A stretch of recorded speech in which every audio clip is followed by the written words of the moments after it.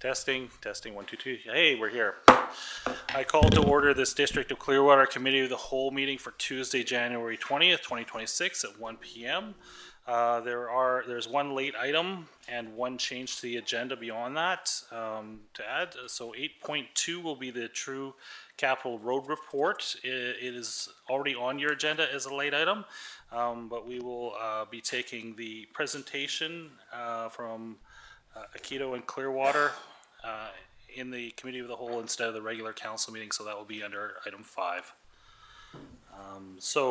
Can I get a motion to approve the agenda with those light items? Thank you, Councillor Matheson, seconded by Councillor McKenzie. All those in favor? And that passes. Then move on to declaration of no conflict of interest or pecuniary interest. Anything to declare for the Committee of the Whole? Seeing none, move on to delegations. Myrna, come on down.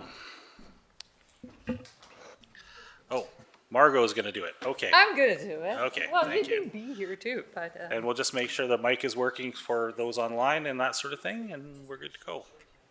Okay. I don't know how this works. Mayor and councillors, thank you for the opportunity to speak with you today about our newly formed Clearwater Aikido Society. First, I'll talk a little bit about the creation of our society and how it came about. So over the past year, a series of unexpected challenges prompted us to carefully review for how our Aikido program was structured. And as we looked ahead to the long-term sustainability of the program, it became clear that forming a registered nonprofit society was a necessary step. The creation of the Clearwater Aikikai Society allows us to operate transparently, responsibly, and in a way that enables us to access grants and funding opportunities that were previously unavailable. This structure ensures we can better support our students, create a valued space, and continue to grow Aikido in Clearwater. Our mandate: the Clearwater Aikikai Society exists to serve both its members and the wider community.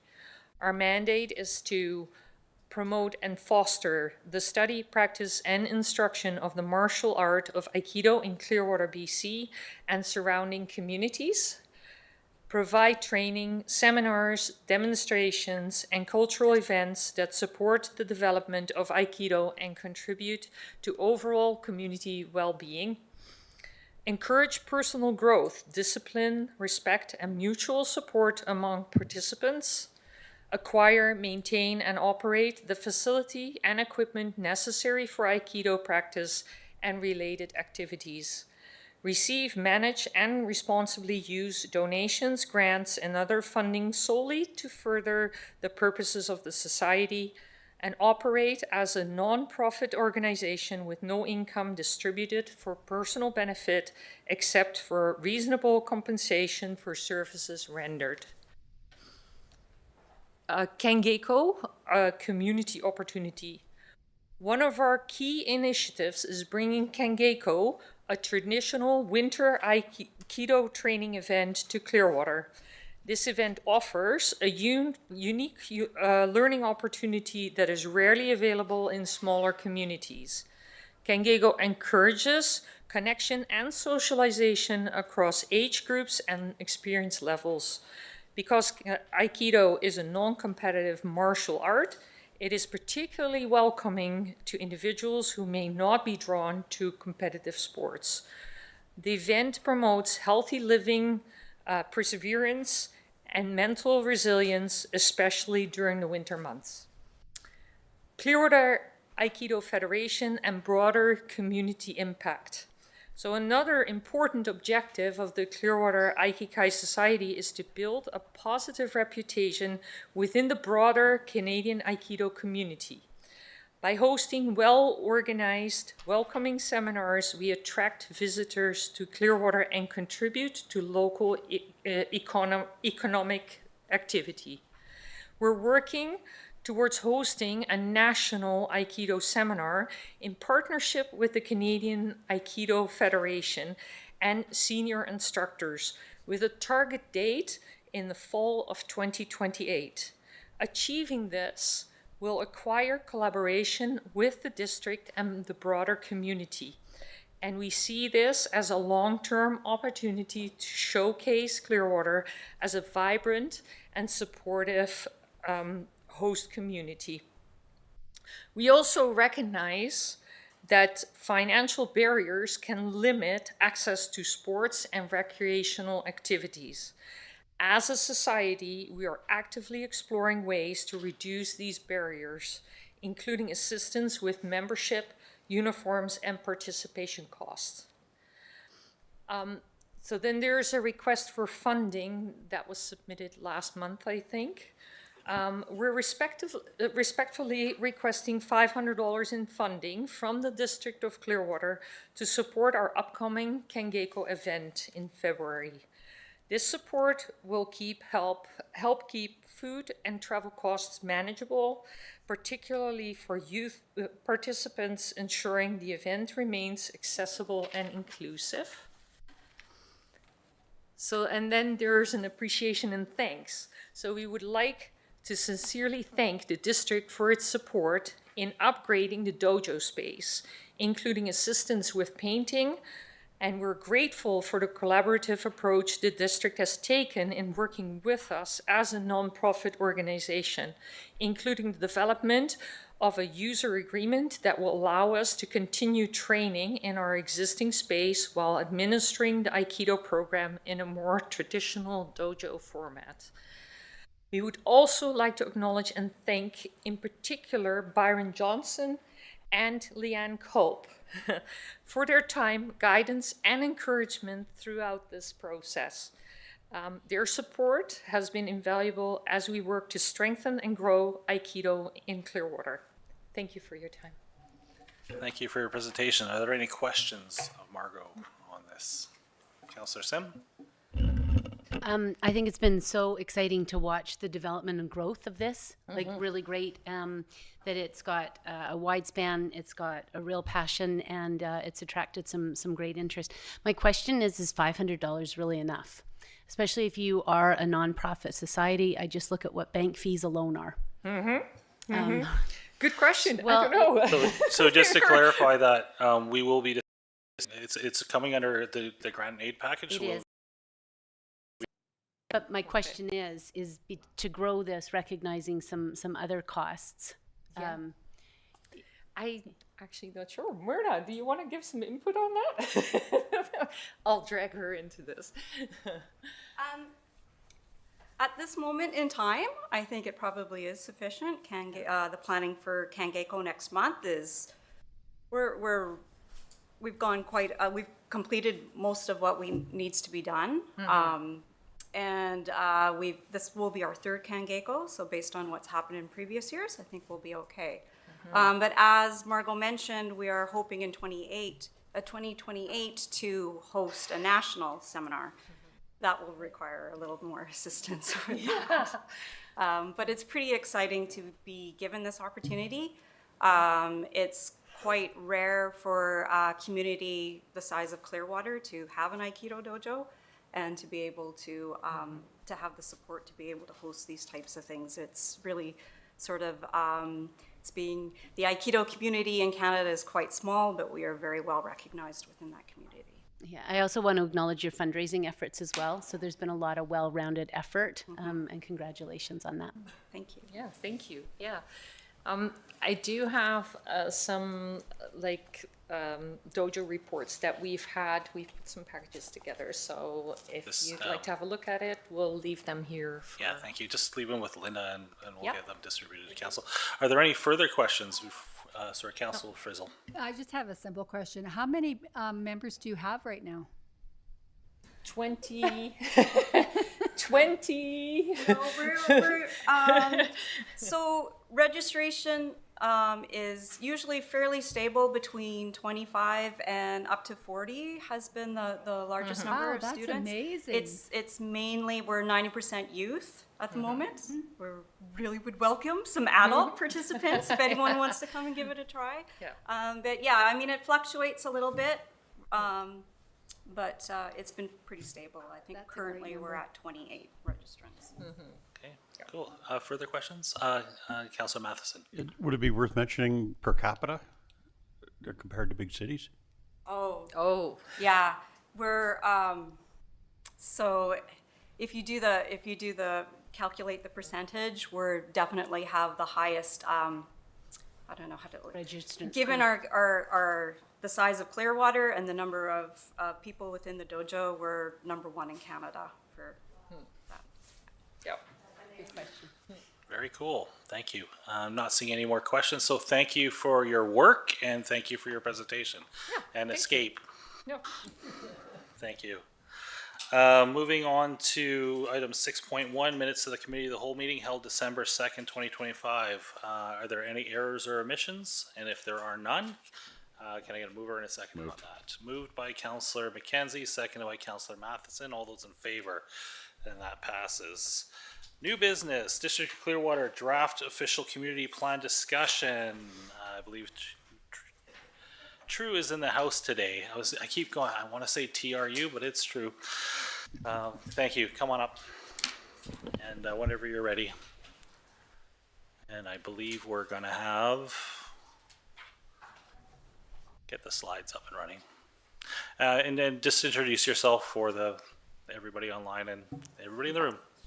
Good afternoon, Mayor and Council. My name is Brianne McCord. I'm a senior planner with True Consulting. And it's a pleasure to see you all in person today. I know you just saw me last week virtually, but here we go, another presentation. Today's presentation has a lot of content, so I'm going to do my best to move through at a reasonable pace, but also try to get through it so that I don't have everyone's attention for too long, just because there is so much content. So getting started, today's purpose of our conversation is to review the draft of the 2026 official community plan. And the purpose of this draft review is to receive council's input. So this is not by any means a final draft. This is an initial draft. We anticipate there will be edits and changes based on the feedback that we receive. We want to hear from you. We want to know what your opinion is, and we want to have that local knowledge. So we're going to start today by a brief introduction to the official community plan. We'll follow that by a summary of some key changes, and then we're going to do a section-by-section walkthrough at a very high level of what's new, what's existing, and what's been updated. And then at the end, I'll give just a really brief tutorial on how the feedback process will work.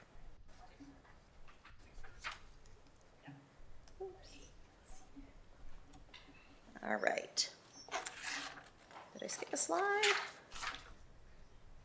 We'll skip over introduction. All right, so what does an OCP do? Well, an OCP informs decisions. It informs where your housing's gonna go, what your transportation priorities might be, how land should be protected or where they should be protected, where there's hazards, and it covers all of how you can support your sustainable growth in your community. An OCP does not immediately change land use on its own. There are zoning bylaws for that. This sets the underlying policy. It does not act as a bylaw that grants development approval, so it does not automatically change anything when it comes in. It does not control the day-to-day operations, and it does not regulate things outside of the government authority. Why does it matter? It shapes how neighborhoods evolve, prevents ad hoc development, supports long-term planning, and reflects community values. So what is an OCP update? An OCP update makes targeted revisions. We're going into the existing official community plan and updating sections that are out of date or need refinement. Typically, it would adjust policies that reflect new data or legislation. It adds or removes policies where needed, refreshes maps, growth projections, definitions, incorporates community feedback, but doesn't change the entire plan. It's essentially like updating chapters in a book. What is a rewrite? A rewrite comes in when you're doing a full redevelopment of your plan from the ground up.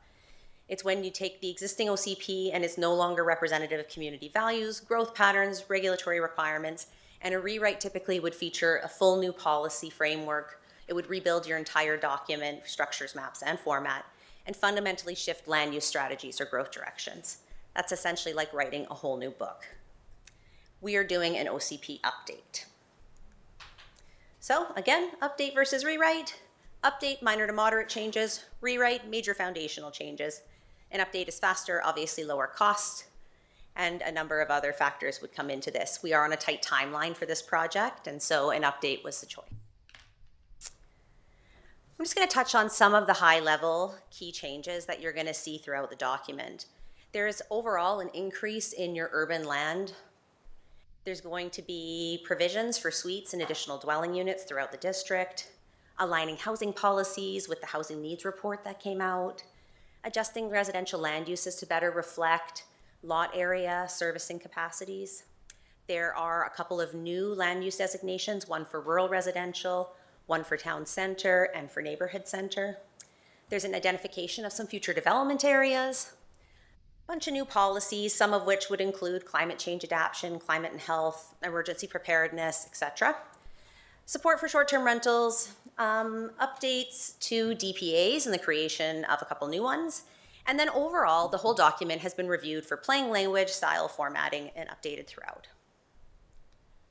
We're going to get into the section by section, and this will go quite quickly. It's just to highlight essentially what has changed. So you're going to see the terminology existing. That doesn't mean that it hasn't been touched, but what that does mean is that we haven't put a whole bunch of new numbers or new information into that section. You're going to see updated. That means we may have new information and new. So starting with section 1, this section talks about the plan overview, the geographic and regional context, history, demographic profile, and the community's vision and goals. So in our first section, we've got a plan overview, which has a purpose, which has been updated, and a new section on application, interpretation, and plan structure. In section 1.2, we get into the context, which has the geography and regional framework. Both of these sections have been updated based on current information. Getting into history, we have a section on the CIMP. This was based on the existing history section that is in the official community plan in place today. And the CIMP Today section has been updated. Historical overview, again, this is based on the existing information. Getting into demographics, the section Clearwater Today and Tomorrow has a new community profile, which is intended to provide like a quick snapshot to show much of the different demographic information. Probably hard to read on the slide. I realize it's a lot on one page. And in this section, we have population stats that are updated, population growth projections that have been updated, population age structure, again, updated, household characteristics are new. That's just to round out that demographic profile, and then an updated housing section. Moving on to vision and goals, the existing vision has been updated and changed from sort of a blended format. It was almost like having a vision and goals in one section into separated vision statement and goals for the community. And these are the same vision and goals you've seen in the past when we brought them forward at public engagement exercises and in the draft directions. All right, policies. This is the heavy section of the document, so I'll run through it as efficiently as possible. Growth management. So growth management priorities have been updated, as well as land demand and availability by use. And then there are now future development areas, which are new, and we mentioned those in our meeting last week. We can get into more detail later, as well as a section on the Yellowhead Copper Project. When it comes to housing, the housing needs assessment, of course, is a new section that's been added to the OCP.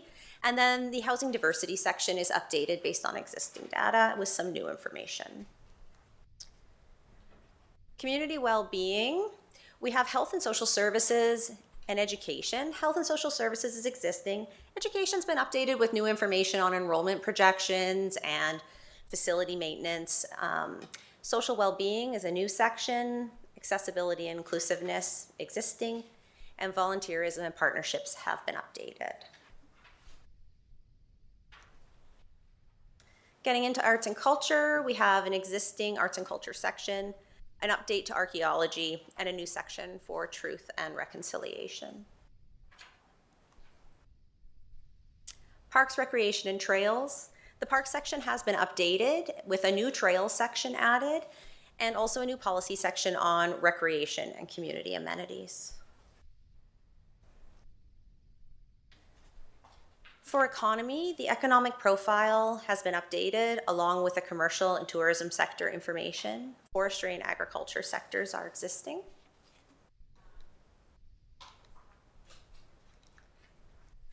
Natural environment, this section retains much of its existing content. Again, there may be wordsmithing and revisions to language just to update it to reflect a more modern tone, but the content will be much the same.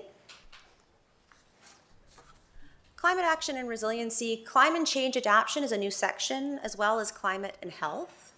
The GHG emissions reduction section has been updated. There is a new section as well for emergency preparedness and wildfire resiliency. And the agricultural and food security section is an existing component of the OCP. Last one for policy is community infrastructure and servicing. All parts of this section have been reviewed and updated. So water, sanitary sewer, storm, transportation, and solid waste. All right, land use designations. We're going to focus here just on what's new, not what's on existing in the document, because there's a lot of them and it could become a bit redundant. So getting into land use. First section, land use overview, has an update to the land use section, a new general land use policies, which gives us the option to put something that's broad and goes across all land uses into that section, as opposed to repeating it throughout the various land use designations.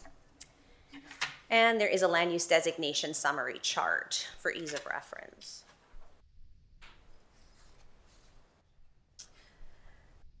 So as far as land use designations go, we have 3 new ones that should be identified. One is rural residential, the other is town center, and the third is neighborhood center.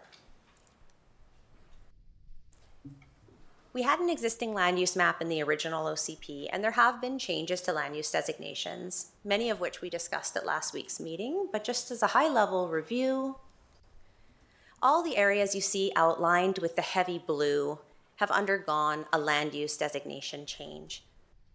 And I know it's a lot to see on one screen, but this is what our new map looks like. So just to flip back so you can see the changed areas. And at the end of the presentation, if we need to zoom in on anything, we can do that at that time. Development permit areas. So the existing OCP already has a development permit area in place. There are a couple. There's one for commercial uses, and that covers Wells Gray Gateway as well as what was referred to as Riverside Center in the previous OCP. And then there was also an environmental development permit area and a riparian area development permit area.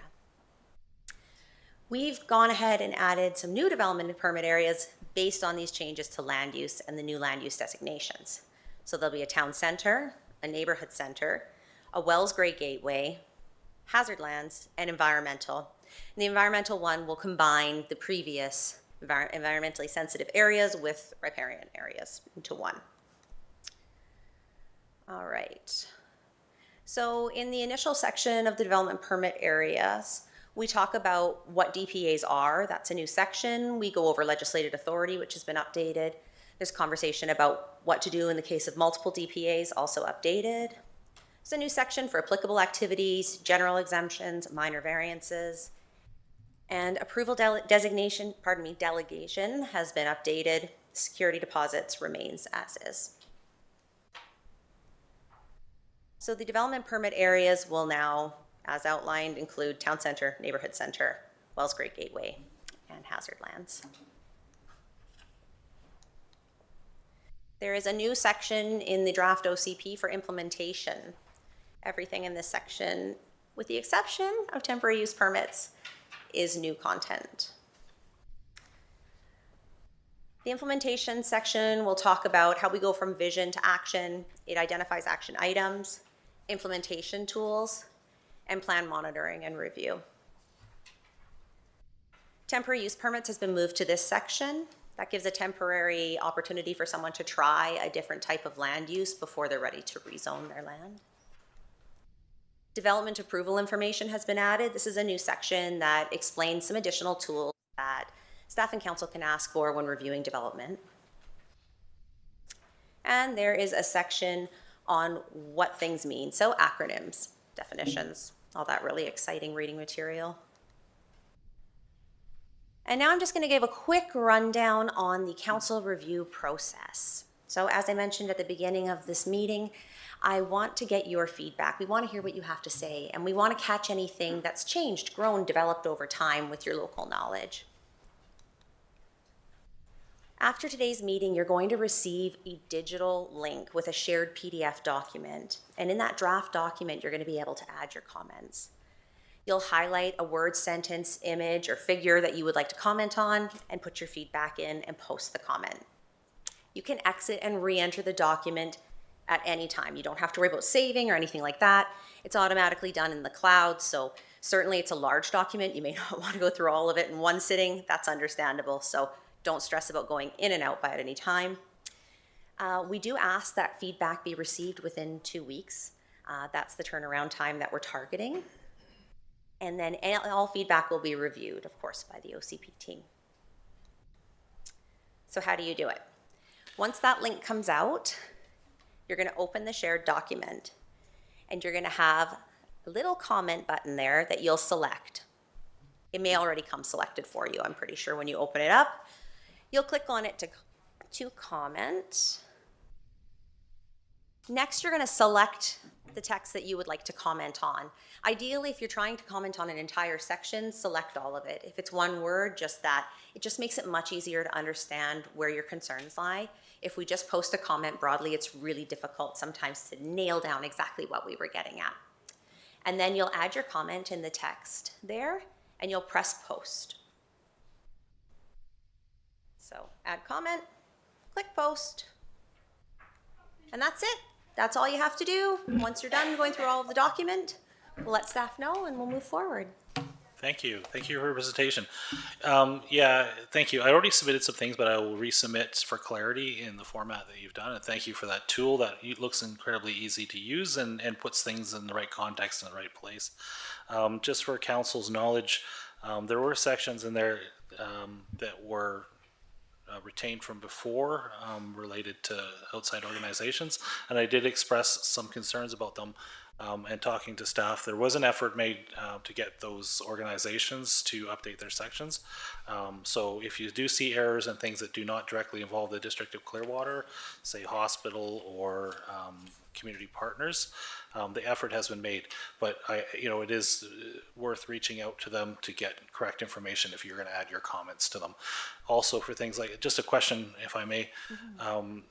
There are some photos in here that are out of date or show things that don't exist anymore. How would you like photos for update? Yeah, you can click on the photo with your little comment and you can comment right on it, and and let us know what the concern is, and that photo can be replaced with a different image.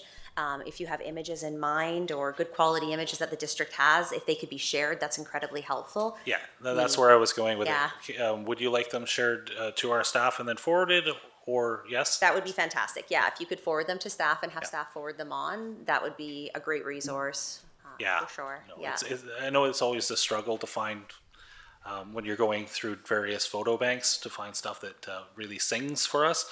But I definitely saw a few things in there that could work. Councillor Bratton. The revisions that get posted on there, are they visible to everybody, or does it go in its own little holding cell? There's two different ways that can be approached, and maybe I'll just, Elsa, did you have any thoughts on that you wanted to share before I jump in? Yeah, Councillor Bratton through Mayor Blackwell. We believe it's going to be an individual document for each councillor, and then we're going to collate it at the end so it doesn't get too unmanageable and Yeah, that's have what it I was filled curious. with comments at the end. So it'll be one document per councillor. Further questions or comments? Wow. Okay, Councillor Sim. Thanks. Just a couple of questions, and maybe it's for council as a whole. just for their feedback, is in it under the tourism, is that Clearwater in this rendition is identified as still gateway to Wellsgrave Park. And is that still something that we support, despite our roundabout sign? And the reason I ask is that Clearwater, since that first designation, has grown so much. And I refer to things like Candle Creek Trails, which are four season. We've got Dutch Lake, we've got the Sportsplex, we now have Aikido Nationals or Internationals. So there's a lot to be said for Clearwater as a destination, and are we still the gateway? Okay, thoughts of council? As a geographic area identified in the plan for a neighborhood, yes, I still think that's gateway to Wellsgrave because it signals that as a philosophy. I've long wanted us to start. I don't like the name Wellsgrave for starters. That's a whole other conversation. But we should be starting to market ourselves as Clearwater/Wellsgrave when we do tourism, because there is value. There is incredible value to tourism inside this community. And I don't know if that's a conversation for the OCP, but I think it needs to be a conversation for us.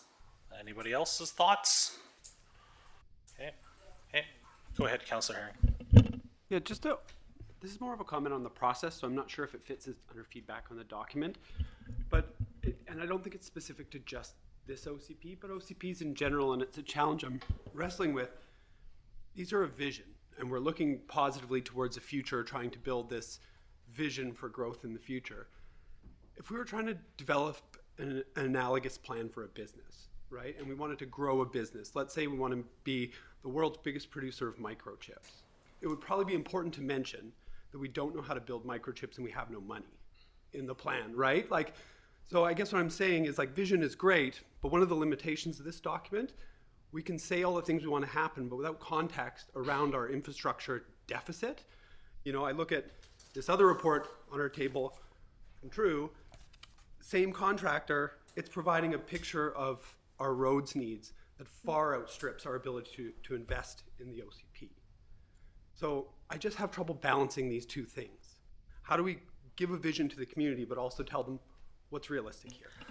The old reality check thing. Yeah. Do you have any comments on that, PZ? I'm sure you do a lot of OCPs, and if you want to take a crack at that, go ahead. But yeah. Sure. I mean, it's certainly a relevant question. I can understand where it comes from. And I think that all communities kind of have to wrestle with servicing costs and growth, where to put it, where it makes sense, how you balance it all and make it work. One thing that the OCP can do is direct growth, and that's an important component of having an OCP document. So in the areas where we've expanded urban residential or densification, it really supports expanding those existing servicing networks so that there's less pressure on the district to expand out, particularly with things like road networks, water systems, sewer systems, et cetera. So yes, it still is in a vision document for growth, but it does direct that growth into the areas where the community has the ability, potentially in the future, sometimes sooner than later, to service. Thank you. Do you have further, Councillor Herring? Just to illustrate, I'm looking at the downtown proposal here, right? That idea of that downtown, like what I like to call the fourth downtown idea. And essentially, I'm looking at that going, we got together in the ski hill with the community, and we heard community input. There was an hour-long presentation about the merits of a downtown, and then we asked people if they like a downtown.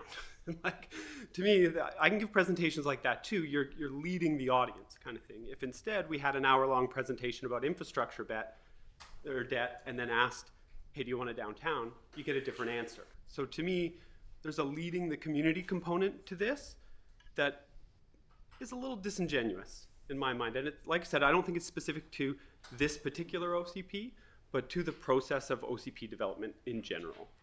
It's a limitation. And I do think that, taking this back to the community with a different context would get a different answer. So it, to me, limits the value of this document. Thank you. I don't know if you want to comment on that. Councillor Sim. Yeah, it is difficult reality versus aspirational, and I love the aspirations in here. So that was great. What I did wonder about, and in the spirit of how do you pay for it, is under new development. One of the policies that's listed here is no development shall proceed without municipal servicing water, sewage, drainage, and roads, and yet our budgets haven't necessarily allowed us to think about that. So if we have a policy that says no without, where does that leave us in terms of development? And for example, I'll use the example of Bowen Island, and they just built their fire department as well as their health center, and they did it, and they used a septic system as well as I think they attached it to town water, which is limited over there, but. And then they had a caveat in there that said, and when service becomes available, it shall be added to it. So how do we have a policy like that, understanding our financial restrictions? Sure, if you don't mind, could you just share which page number you're on so I can take a look So and make I'm sure I'm on reading it page, right? and I hope this is right. So I think it's in your document. It would be page B. And it would be under 2.1.3 future development areas. Okay. And we go objectives, and then there's the policies. Okay, so the intention behind a future development area is not to actually put it in place right now. It's essentially to identify land to hold for future so that you know as a community, hey, if we outgrow all of our commercial land base or we're facing pressures that we can't really meet, we have this large format commercial retailer that wants to come in, there's not a suitable site. That's when you start looking at your future development areas. So the intent is that these areas would be developed out, not now, but should there be enough demand.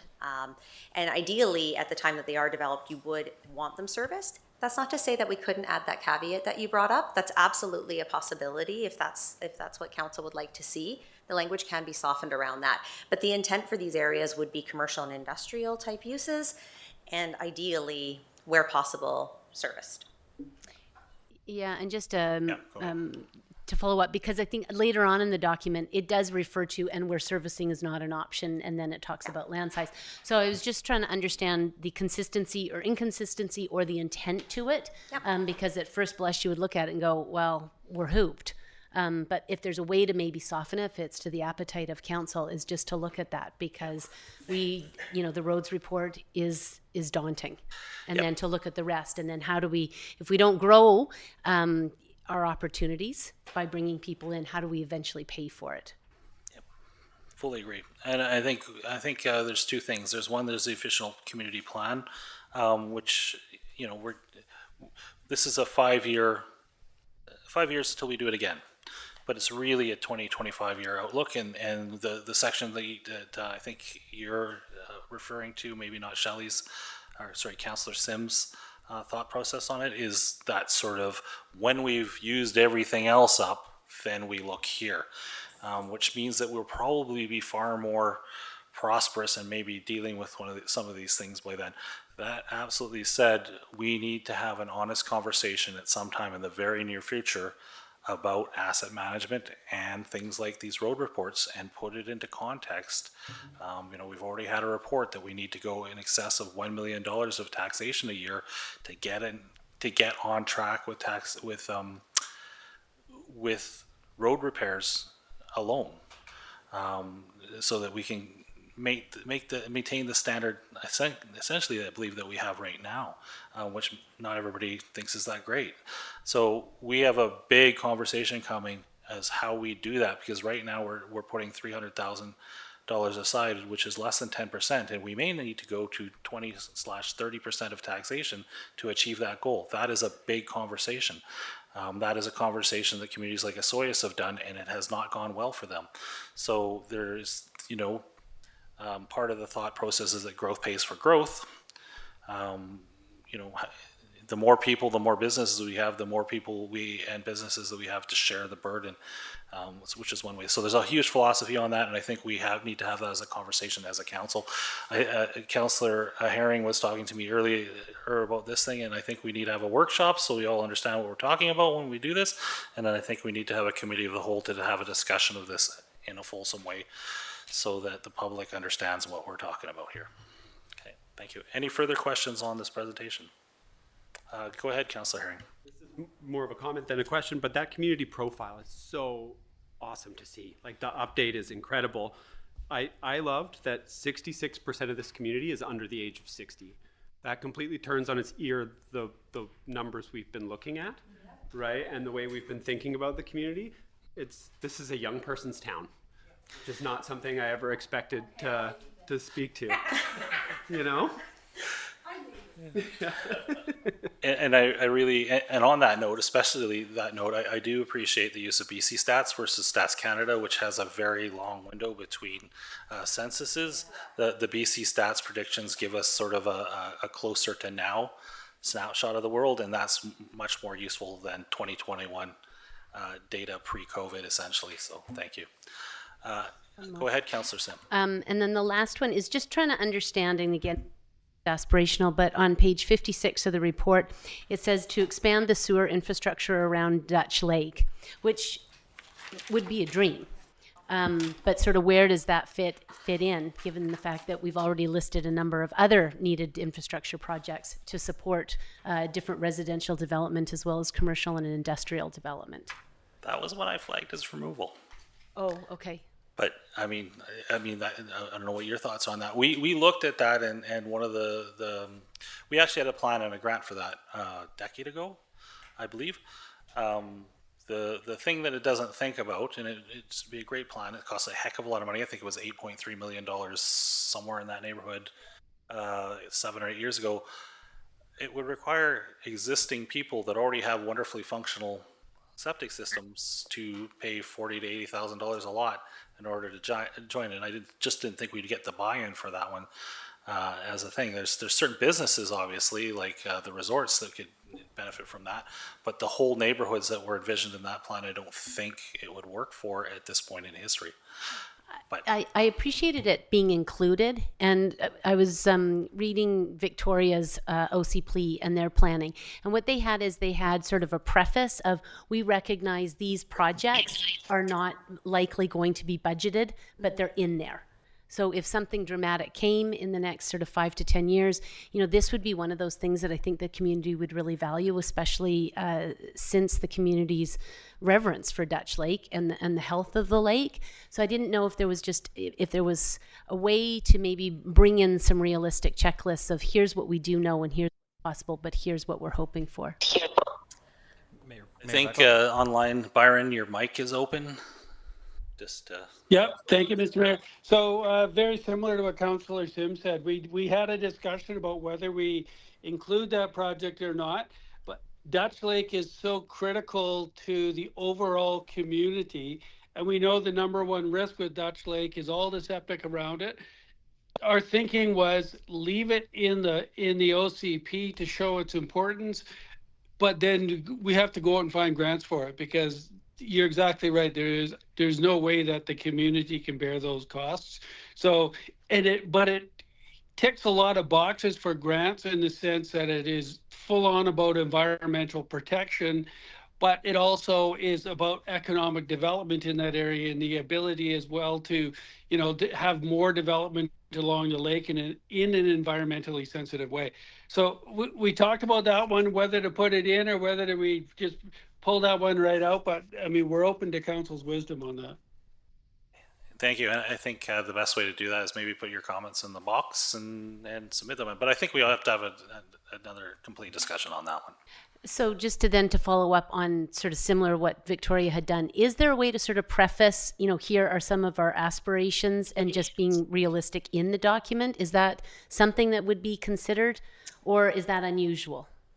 I mean, I think that we can absolutely take a look at it. This particular policy that you're referencing actually came out of the existing OCP. So it's not a new policy. It's something that existed and has existed for a number of years. As far as how we can quantify that, we can take a look at different examples and see what would be involved in creating that, whether we're talking about doing it throughout the entire document or section by section. I'd have to take a look at it, but I'm happy to take a review. I just think it's just one of a few examples of it's a wish list, and because we do and did believe in that health, but again, it's like many of the questions we have in this community, but how do we pay for it? And if there was some way to inform the reader, and maybe that's not appropriate to an OCP, is this is what we hope for, this is what we're looking for, this is what we will be on the search for grants and different avenues, but this is also our financial reality, almost like a level set for expectation management of any. I think one other point I would just like to reiterate of Byron's point that he made also, though, if you have it as a policy in your OCP, it does lend itself to grant writing and to trying to get those municipal grants. So I would just say that we should keep that in mind as well before we pull it out or modify it, and just think about how we want to word it, absolutely, because there may be merit in perhaps a little bit of wordsmithing on it, but keeping some of the intent there for future grant options. Yeah, and maybe it's just what I'm talking about is a forward to the OCP. You know, Yep. identified here are some of the larger projects that are important and they reflect community value. Yep. And just to sort of set that aside, I personally would like to see Dutch Lake stay in there because I think it is so important. We are investing in the Yellow Iris and some of those measures. So I really like what you're saying is if it's not in the OCP, where does that fit for your grant writing? So that's such a good reminder. Yeah. And I think probably from my point of view, I would think we need to abandon the vision of what we had in the previous grant and come up with something that fits reality. Fair. But that's me. That's me holding on to the old idea versus what you're talking about, which I think is still good. I think that's great. I think we should keep it in there if we're thinking in different terms. If we're thinking in terms of as opportunities present themselves through redevelopment or the need to replace pipes in the ground or do things like that. If those opportunities present themselves and grants present themselves to do that, then absolutely, yeah. And who 100%. knows what the technology will be? Absolutely, yeah. Right? I mean, that's why I think it does keep the doorway open because we are not the only municipality facing some of these pressures, and often these pressures are the catalyst for innovation. Thank you. Anything further? If not, do you have further last comments? Sorry, may I have a closing comment just briefly? Absolutely. It'll be really fast, I promise. I mean, you're just holding up Chris at this point, so. Yeah, I can tell he's itching to get up here. So just a couple of things. We would be looking for council's direction as to whether you want to see this proceed back to public input. There's an intention to do a virtual workshop to go over the new OCP. That can take place either now, knowing that changes will be coming, or after. So we'll be looking for that input from council as to how you want to see this proceed. Keeping in mind that delays may push back our deliverable date, of course, but there's certainly merit in getting that council review and dusting the document up before it goes out for public comment. So there's that piece. And then the other piece I just wanted to point out is that we can also initiate the review process whenever council decides that they're ready for referral. So that's where we can try to connect with some of those service agencies or different government groups that we may want to have their feedback on that specific section. For example, sending it off to SIMP and saying, hey, what do you think of this? Can we get your comments? So there's absolutely that process built in as well. We'll just need to decide whether we want to do that earlier in the process or wait until first reading. So that's it from me, though. I promise I'll wrap it up now. Thank you very much for your Thank you, time and and we'll attention. consider that, and we have 2 weeks to get the feedback and on the things that are in here, and I add your suggestions in the boxes. Thank you. Thanks. Oh, go ahead, Just a Councillor. question. So what do you need today then? Today, well, we just need to get the comments going. Yes, But I am seeking direction on how you want to proceed with the public open house, the virtual open houses. If we want to wait until all input is received from council and a draft is revised before going, or do we want to keep the process because we're trying to meet these target timelines? It's an either or option, just understanding that if we bump it out by a couple of weeks, it puts us into April. into April.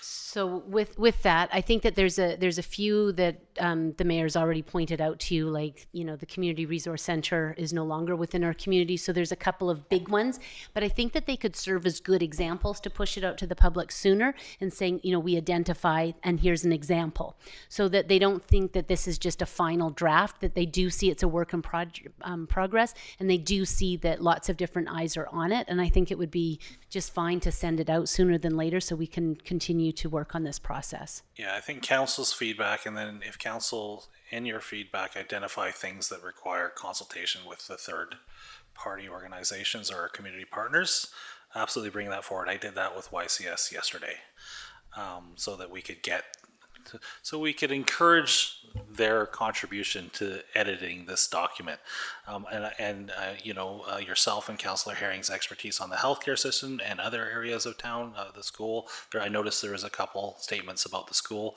emissions and corrections to be there, especially partnership with Thompson Rivers University.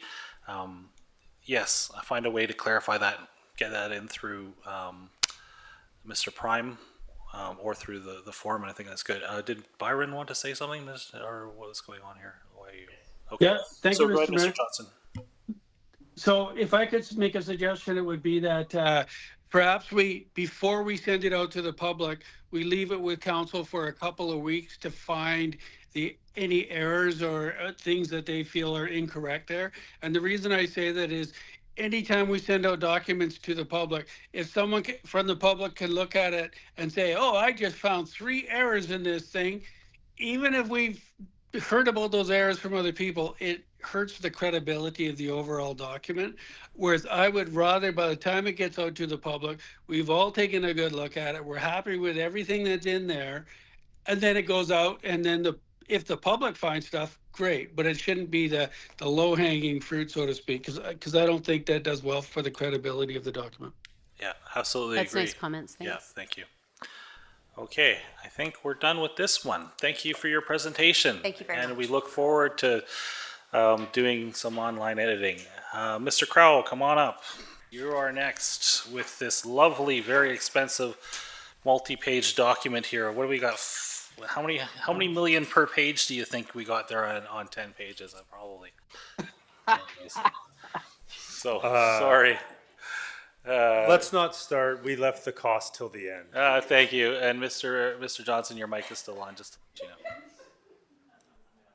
I have lots of civil construction photos from Clearwater that I can add to the OCP if anybody needs those. Apologies on this being a last minute agenda item. Chad and I were working through how best to present the information. So we got Tetra Tech's report. We went through that before Christmas. It did a good job of laying out annual budget for roads maintenance, some of the issues that we're seeing from a budget perspective, and made some recommendations. The further you dive into that document, and I touched on it a little bit, is there's multiple roads that are in that very poor category, which means like it's not really worth trying to repair. Like they're done. That time to repair them was years ago. So there's the annual roads maintenance budget, and initially we were putting some effort towards the district's current budget, annual budget, and how best to prioritize the spending.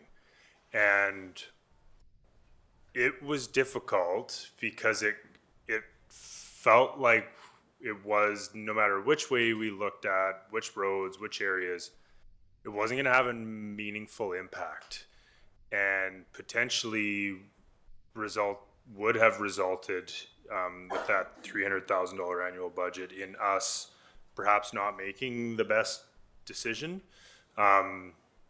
Repairing a road that has a water main under it that also needs to be repaired and things like that. So we kind of took a step back and tried to be as objective as we could. And so we developed a bit of a matrix in terms of things that we would consider decision makers or influencing pieces for trying to prioritize these roads that, I mean, there's one item in there, and I talk about the PCI, which is basically how bad is the asphalt.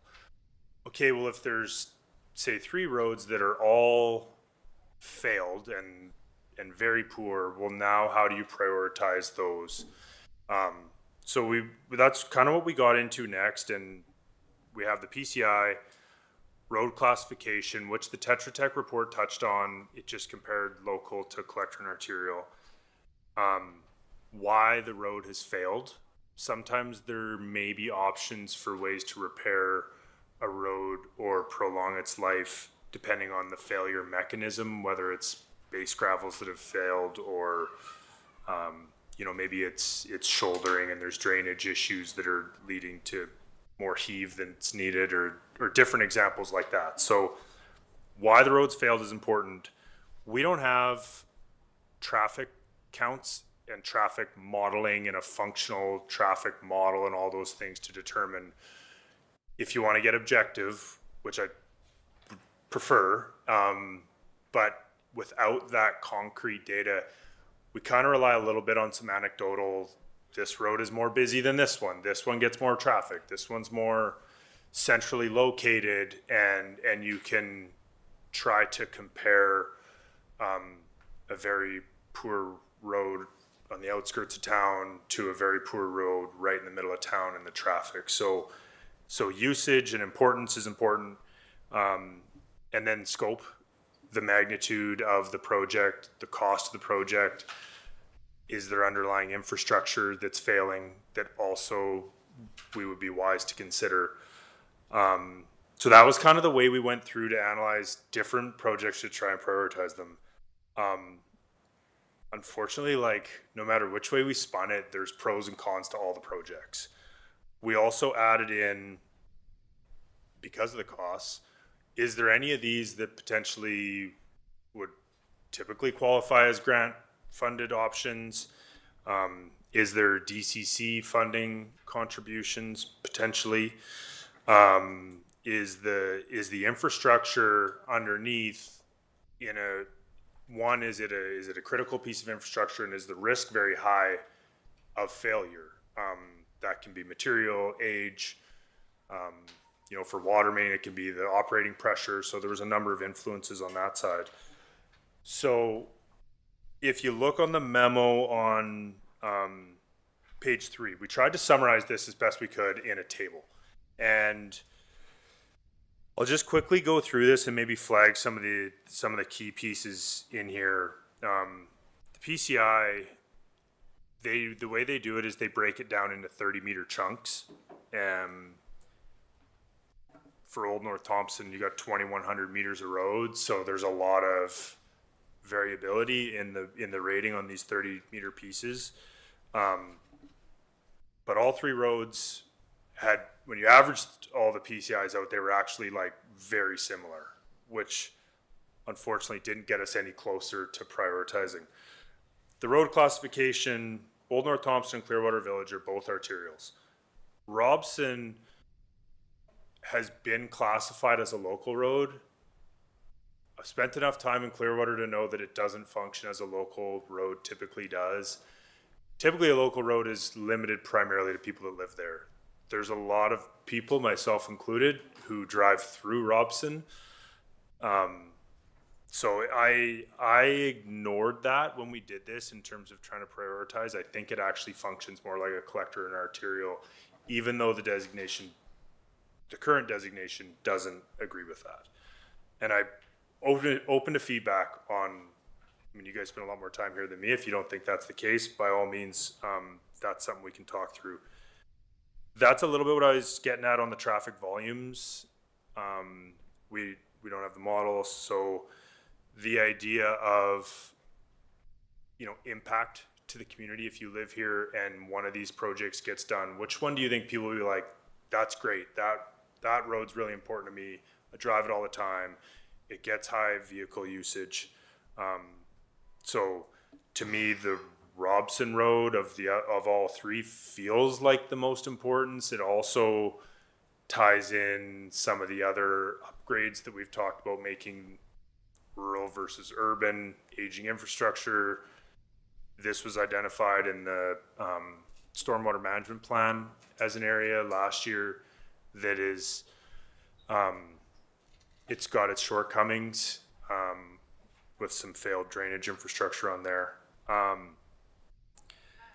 The failure mechanism is an interesting one. Clearwater Village, the way that the scanner that was in that high-tech vehicle that did all the scanning, there was I think it's a TELUS line, it looks like, was put up Clearwater Village years ago, and it's an obvious seam that comes up the road. That's led to some of the very poor ratings in here. Unfortunately, a lot of the asphalt along there is good. That longitudinal patch and the seam there isn't helping that road, but as a whole, portions of it are good. But the way that the system ranks roads, it looks at that like it's a crack, not a seam. It's similar to what happened out here on Old North Thompson, where all the water surfaces were put in and they look like cracks to the mechanism. So to me, Clearwater Village, it's more than just this seam. There's a lot of alligator cracking and and rutting and different failure pieces, but just be mindful that when we actually looked at that one compared to others, that was an obvious difference. We've have similar issues on Robson where there's been repairs done and infrastructure projects that create seams between the asphalt. But for Clearwater Village, that very long seam definitely made a difference. There's no utilities under Old North Thompson, and there's a water main under Clearwater Village and water and sewer under Robson. The water and the sewer for both of those second projects is original, like Weyerhaeuser vintage AC water and sewer. That puts it at like 55 years old. It's impossible to be precise with the life expectancy of that type of infrastructure. But the pressures are pretty high in there for old AC water. This is not unique to these two roads. I know we're going to get into asset management and that big discussion, and you'll hear us talk about AC, water, sewer, life expectancy, and the different pressures on that. But it definitely factors into those two projects in particular as what's driving the cost, and the importance of them. I would say that Robson's probably the only one realistically that has a grant funding opportunity. I think because we're talking about transitioning to an urban standard with a separated sidewalk, multi-use paths, whatever you want to, whatever that would look like, there are active transportation grant funding opportunities out there. The district's been successful on a number of those over the years, so that would be an opportunity potentially. There's a lot of stormwater focused grant funding opportunities out there, and Robson is flagged in the stormwater management plan as being an issue, so there may be some stormwater funding.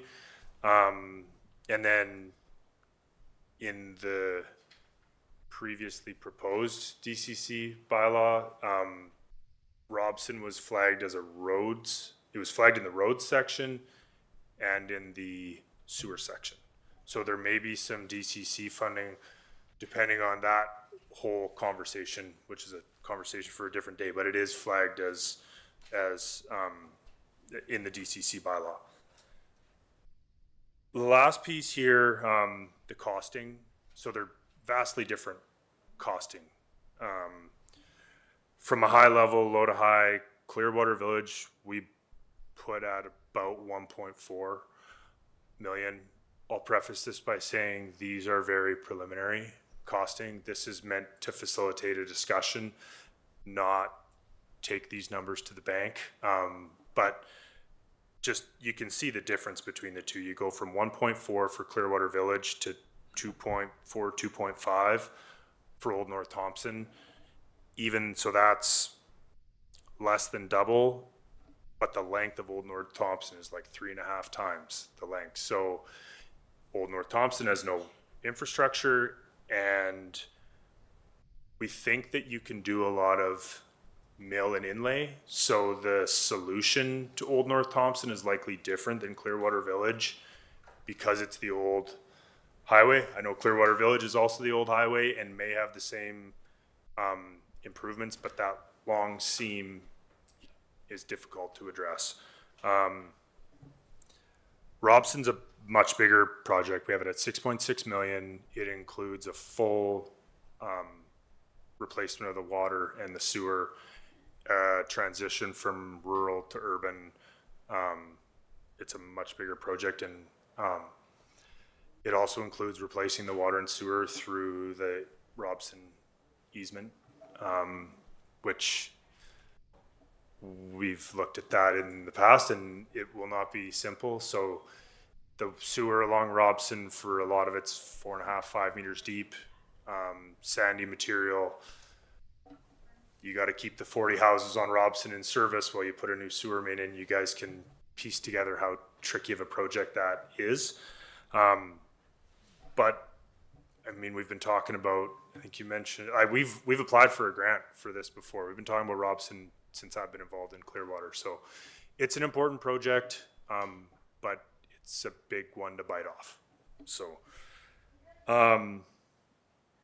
yeah, I tried to summarize at the end. It's difficult here to put forward a recommendation. They're very different. We've tried to provide some objective information that differentiates between the two.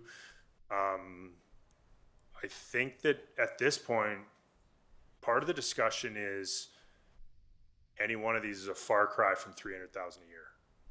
And I think we need to have a bit of a discussion on what's the top priority.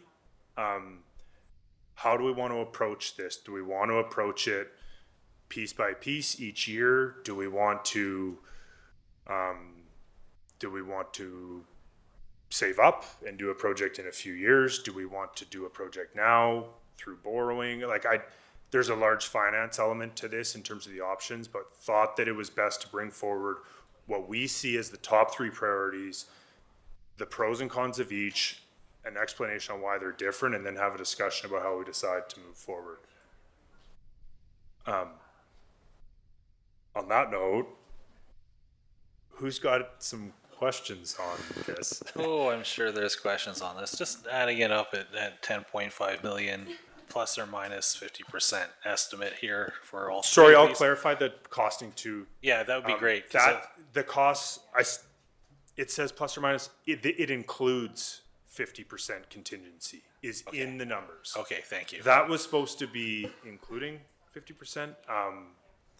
Sorry, that's a key piece, I guess, to fold into this. Yeah, okay. It's so the contingency is built into the numbers that you see. It's Thank you. not. It could be 7.5, I think, if you're talking 50%. Okay. So it wouldn't be less. I would carry the numbers You carry the that we have shown there for discussion purposes. But get rid of the plus or minus. Okay. Those are the right. It includes the plus already. Maybe it is less, but we carry the contingency for a reason. Just strike the minus. Go ahead, Councillor Herring. So I just want to clarify, a few weeks ago, we got a report that was talking about sort of in order to maintain our roads at their current state, not to improve them, but just maintain them, that it would take about $750,000 a year of investment. Now, that was a separate report to this. Is this factored into that? These projects are part of that 750, or these are improvements that need to be made in addition to the fact that we need to get to that 750 to maintain? It's a good question. It's a good, I guess I'm just trying to think through this a little bit. So the 750 doesn't fix the failed roads. So we're talking about fixing the failed roads. I think there's 66 kilometers of roads in Clearwater. So this would be, what do we got here? Like 3 kilometers-ish of roads. So theoretically, one, this fixes the repairs, but also maintains 3 of the 66 kilometers. If that, it kind of does both for the 3 kilometers. What does that get you? That gets you a few years worth of your kind of maintenance piece. So it is both. It is both. Okay. Yes, it is both. Sorry, that was a roundabout way of answering that. I had to think through that. Yeah. That's great. I mean, 2 points. One is this makes that toll booth we proposed when we owned the highway. We should have done it. Could have got us there. But the other thing is, moving forward, we really have to think about this. Right now we're at 350. That's $400,000 every year we need to have just to maintain, not to improve our roads. If we want to go to that improvement, that represents a significant boost of taxation on individuals.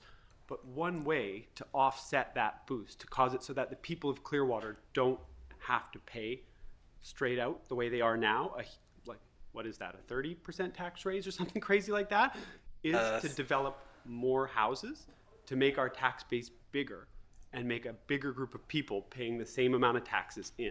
To do that, we have to facilitate development. So this really does link back to the DCC conversation, as you said, and how we're going to stimulate that growth. I really think we need a development workshop. We got to work through it, because how do we make it so that we have roads we can drive, but we're also not talking about a 30+% tax raise on people to facilitate it. And through infill. Councillor Frizzle, did you have a comment? I just want some clarification on Yep. when you say Old North Thompson Highway, from where to where? Okay, so go, you can see it on page Surely can. 4, the overall map. I'm gonna say from the gun range turnoff Yeah, to the Sunshine Valley Road by the Hall Bridge. So go to the overall map, Yeah, yeah. Councillor Frizzle, and look at the, what's that?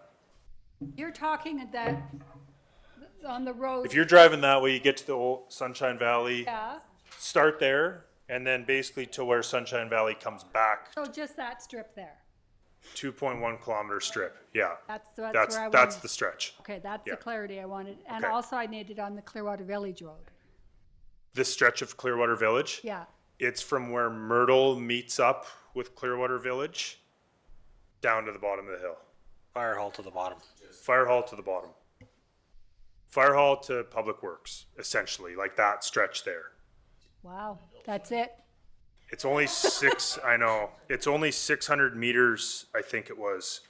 600 or 630 meters. It's not good from the highway to the fire hall either, but it's better. Just, So we're basically looking at strips of highway, not actual full roads. We're looking at strips of roads. You're looking at sections of roads, yeah. And you know, I used to say $1 million a kilometer. That's not, it should be $1.2 million a kilometer now, looking at this. before almost. you consider the pipes under it. Before you consider the pipes in the underground, before you consider whether or not you're not replacing pipes, you're adding new pipes, and then you're decommissioning the pipes under them. I'm assuming how Robson Street would probably work. Yeah, and That's one option. yeah, it was an interesting comment, and Councillor Sim, I think you made it about like technology options. Robson would be a great candidate for like a trenchless repair. They do Yeah. slip lining, there's pipe bursting. Yeah. I think that at least a portion of, if you're gonna go in there and repave it, at least a portion of it has to be upsized. Now you're looking at a pipe bursting type technology, and that's really tough with services. The challenge here is it's a retrofit. If there's options, and I'll be totally honest, I haven't dug into like the best methodology. This has been priced as conventional. You would leave the old one there, you would abandon it, you would put a new one beside it, below it. Same thing on the water. So the challenge is the water's got to stay in service while you do the sewer and so forth. If there's a technology, a slip lining, a pipe bursting, some other piece like that, like that's something that we would definitely look into if it was cheaper than this. Yeah. So beyond the cost, there's also major disruption to the neighborhood when we're doing this. When we get to that point, like people without sewer and water for days and days. You That can't said, we do, can. you gotta leave, Yeah. that, the hard part is like, Yeah. the impact is on access. Yeah. That would definitely be an impact. Yeah. There may be short times where residents are out of water, or okay, your service is getting tied in today, like you have no sewer today, but like ideally they're in service 99% of the project. 99%. Okay. Yeah. Thank you. And I don't want to get too much into this because Yeah. it's $6.6 million that we don't have at this point. Yeah. And that's today's estimate. So thank you. Any further questions or comments? Councillor Matheson, were you? Nope, you're good. Councillor Frizzle? No. Councillor Sim? Your comments about Robson Street are really interesting, because you're right. We can think of it as a local bypass, but it's really not, given the amount of traffic and the use of that. Is there any other land that is owned by the district or otherwise that would allow us to connect from behind Bilo to Clearwater Village Road? Yes. Like through the warehouse, like kind of Warehouser Park there that would connect through It to would Myrtle. go, Is it that would what go you mean? past Dragonfly Park, and then behind, and then connect to Clearwater Village Road. So I'm just seeing that Alsett is connecting that. Okay. Yeah, I believe there's a right of way in that That's what I was picturing, is what Yeah. else it's showing. That not what you're talking about? Yeah. That Okay, was always yeah. sort of the goal, was that not to connect that through when Pattison or other developers along that section needed that access? It is, it's just fronted by private, and the road likely occurs when development occurs. So, and I'm not sure about this, but I'm just noting that if you know, looking at the OCP, looking at some of the areas that are wanting to develop, and the continued pressure on Robson Street, and what does that look like to create that arterial road? And is there any merit, not to add more roads, although that's exactly what I'm doing, sorry about that, but is there a cost benefit analysis of, you know, how long can you maybe preserve some of those fixes, because then you're offsetting some of that travel and use? Is there any value in considering that? I think that would fold into the like 750,000 a year. This is like past tense failed. So this needs to get fixed. If there's ways to prolong it in a more cost-effective way than the Tetra Tech report, and can you take the 750 and make it 650 by prolonging some of those, you know, as you average that over, say, 20 years, potentially, but these aren't even prolonging. These ones are already failed. Like there's no, we've tried the crack sealing and Yeah. repairing the potholes, and it's, you know, it's a challenge to stay on top of as it is, but you know, the ditches and the culverts and the dry wells along there, you know, they're failed, right? They're not functioning as they would have, which is to be expected. I mean, those culverts and ditches and spots are 50 years old. Yeah, Did I and I answer your guess I'm just, question? well, it does, and I guess what I'm trying to figure out is, sure, you can then fix it, but then you then have something new that you've got even more use on. And so just wondering where do we have the discussion about how do you protect the asset that you've just invested into? Yeah. And then just acknowledging the infrastructure underneath that also has to be addressed. So there is some different viability, but I'm just wondering, just to raise it here, is how do we start thinking about our traffic patterns differently given our assets? Considerations to that. The second question I have is, in Vancouver, they seem to be doing some different things with riparian features on their boulevards that are collecting rain and that differently. Do you know what that's all about?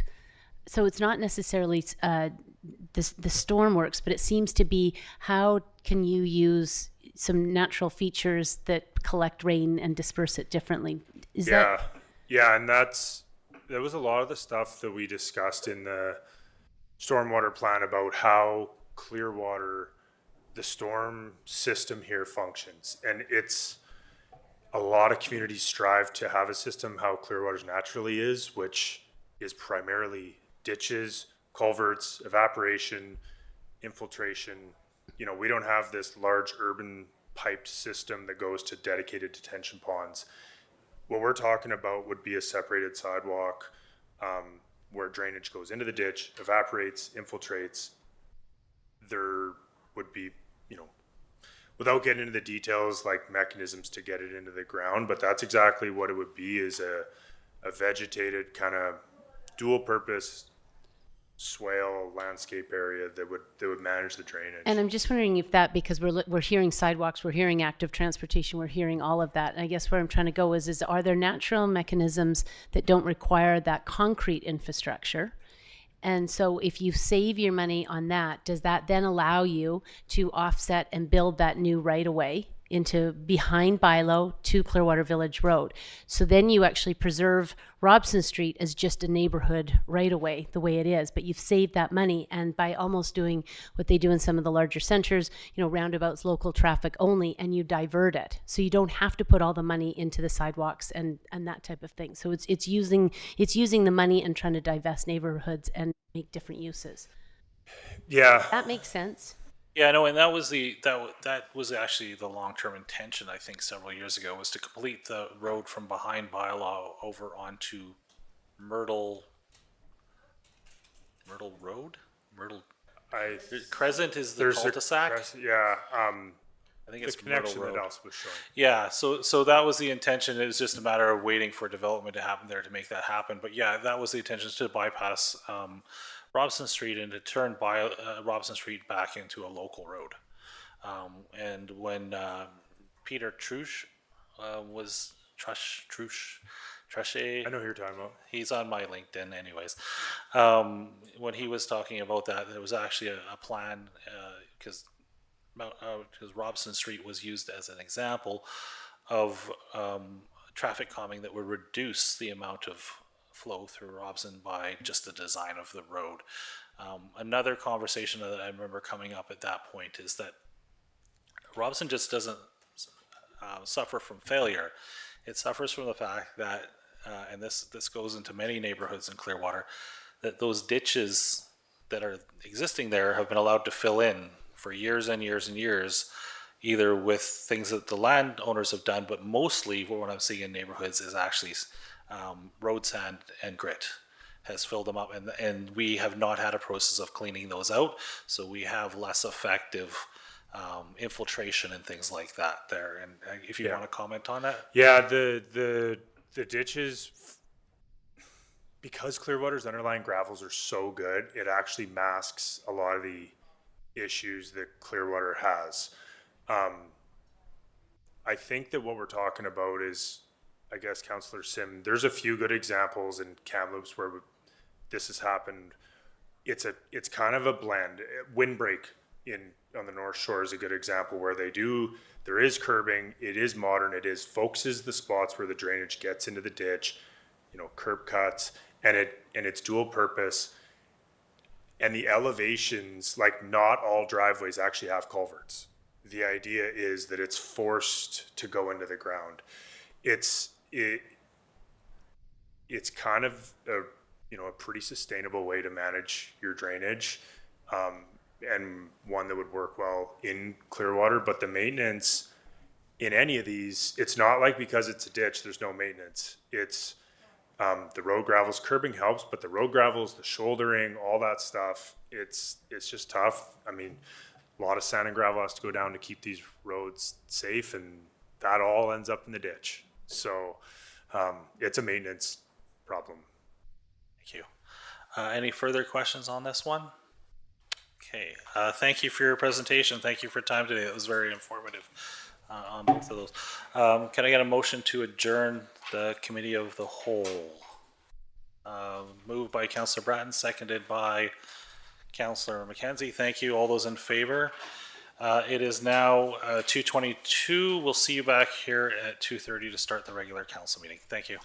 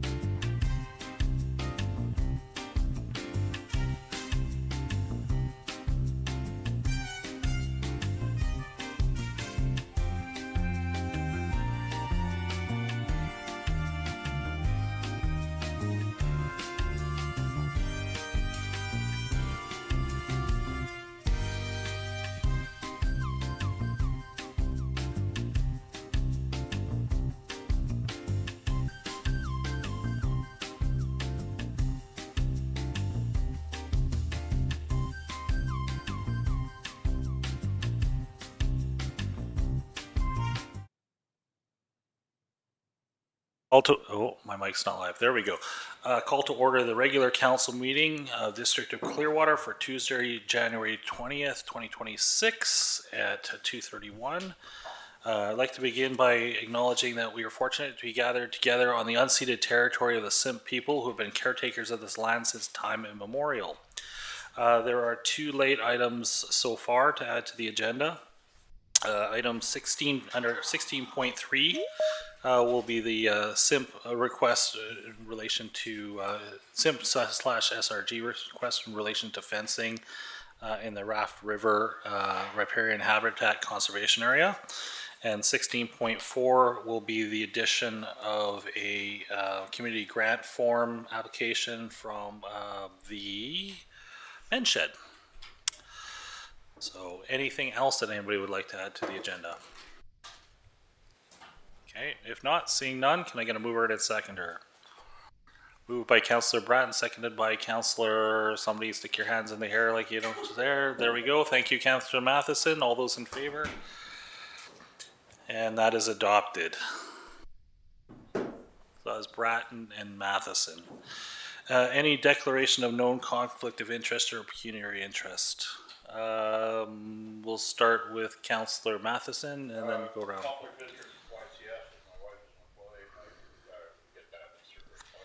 Okay. And Kaido, my wife is the president.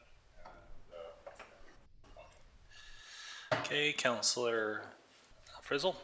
I declare conflict for the men's sheds application. Okay, I will declare conflict for YCS as well, as I do receive benefits from that. Councillor Herring. I'd also like to declare a conflict for the YCS item. Same reason. My spouse is employed there. You will have 4, and Councillor Frizzle, I believe it goes back to you, or to go one forward, so it might actually go to Councillor McKenzie to run that section for that one item. But I'll defer to Mr. Prime as to who will be responsible for that.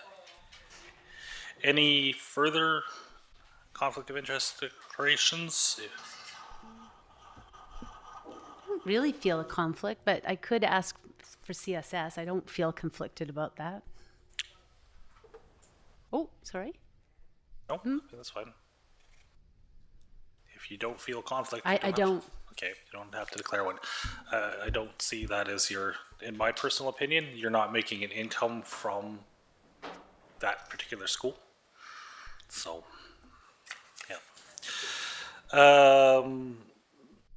Okay. Moving on to the delegation, actually was moved to the Committee of the Whole, so that has passed. We do have minutes of the January 13th, 2026 meeting. Any errors or omissions?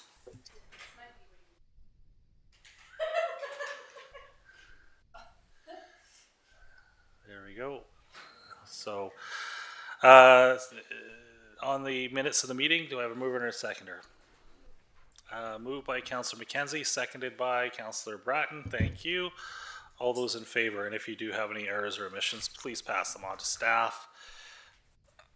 Nothing under 9, 10, or 11, or 12. I'm going to just mention as mayor's report that we did have Minister of State for Municipalities and Rural Development, Brittany Anderson, here, along with Evan Brown from her office.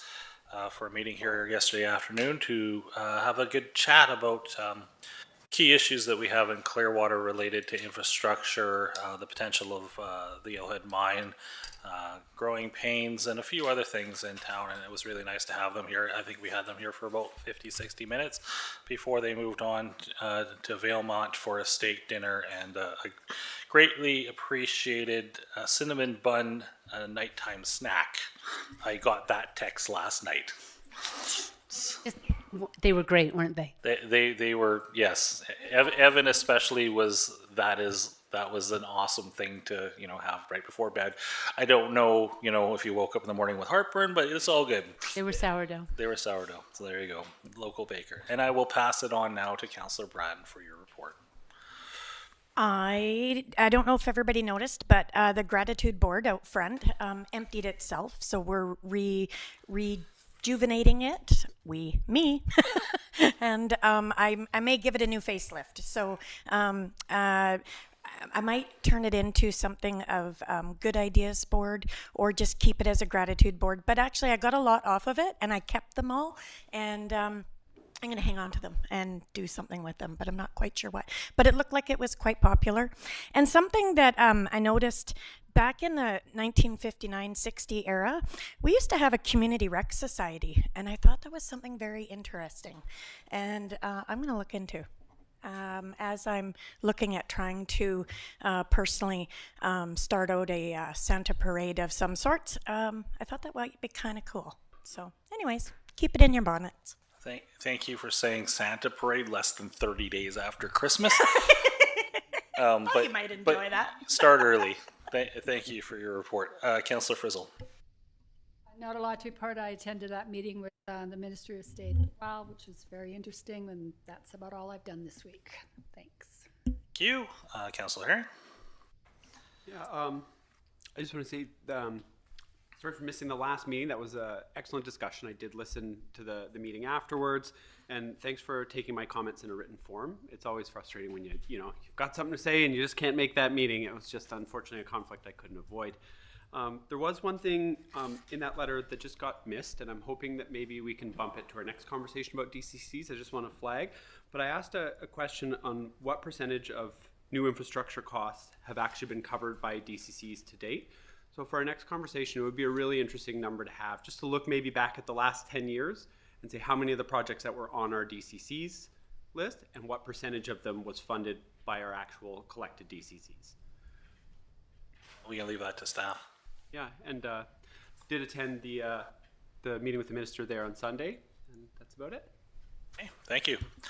Councillor McKenzie, and why are we wearing hockey jerseys, Councillor McKenzie? Or some of us are. Well, thank you, Mayor Blackwell. Jerseys today are due to hockey days. Something Sportsplex has been near and dear to a lot of us for, well, not me for 50 years, but 40 of them anyways. And figured we'd show a little support, being so that's the theme of the week there. For myself, I attended the meeting on Sunday there with Minister Anderson. Was not expecting to see them show up on a Sunday, so that seemed special in its own that we had them on the weekend like that, on passing through. And Friday, I attended the rail jam session that they had at the ski hill. It was, as soon as you crested that hill, dropped down, there was a full house. Like we were parked in disc golf range just to get in there.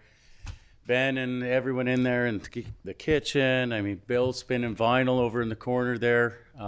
The whole ski hill crew put on a very good show that night. Well attended, and if you didn't know how little of snow we actually had in town, they had it all dialed in. You would think you were in the middle of like winter bliss. They did a really good job, lit up the Run One lights. They had kids sliding down the hill. They tried to accommodate a little bit of everyone, had a fire, prizes, just all around great show. And yeah, look forward to seeing more of them. So that was it for me for the week. Thanks. Cool, thank you. Go ahead, Councillor Matheson. Pretty quiet, just attended the seniors lunch and got some interesting feedback from some people, and attended the Secretary of State on Sunday, and it was a very interesting conversation, and that's about it. Yeah, thank you for the reminder on the seniors lunch, I like to call it the 11 o'clock grill of the mayor. It was good, got lots of questions, and I actually have a bunch of stuff I think, if I haven't already forwarded to staff, I will forward to staff as far as specific items. Councillor Sim. Thanks, and I appreciate those kind comments, which I'll bring back to the Ski Hill Committee. They did a great job. There was also a community member that had come forward and said, hey, I've got a great selection of board games. So we had a huge family contingent of people who arrived at 5 o'clock.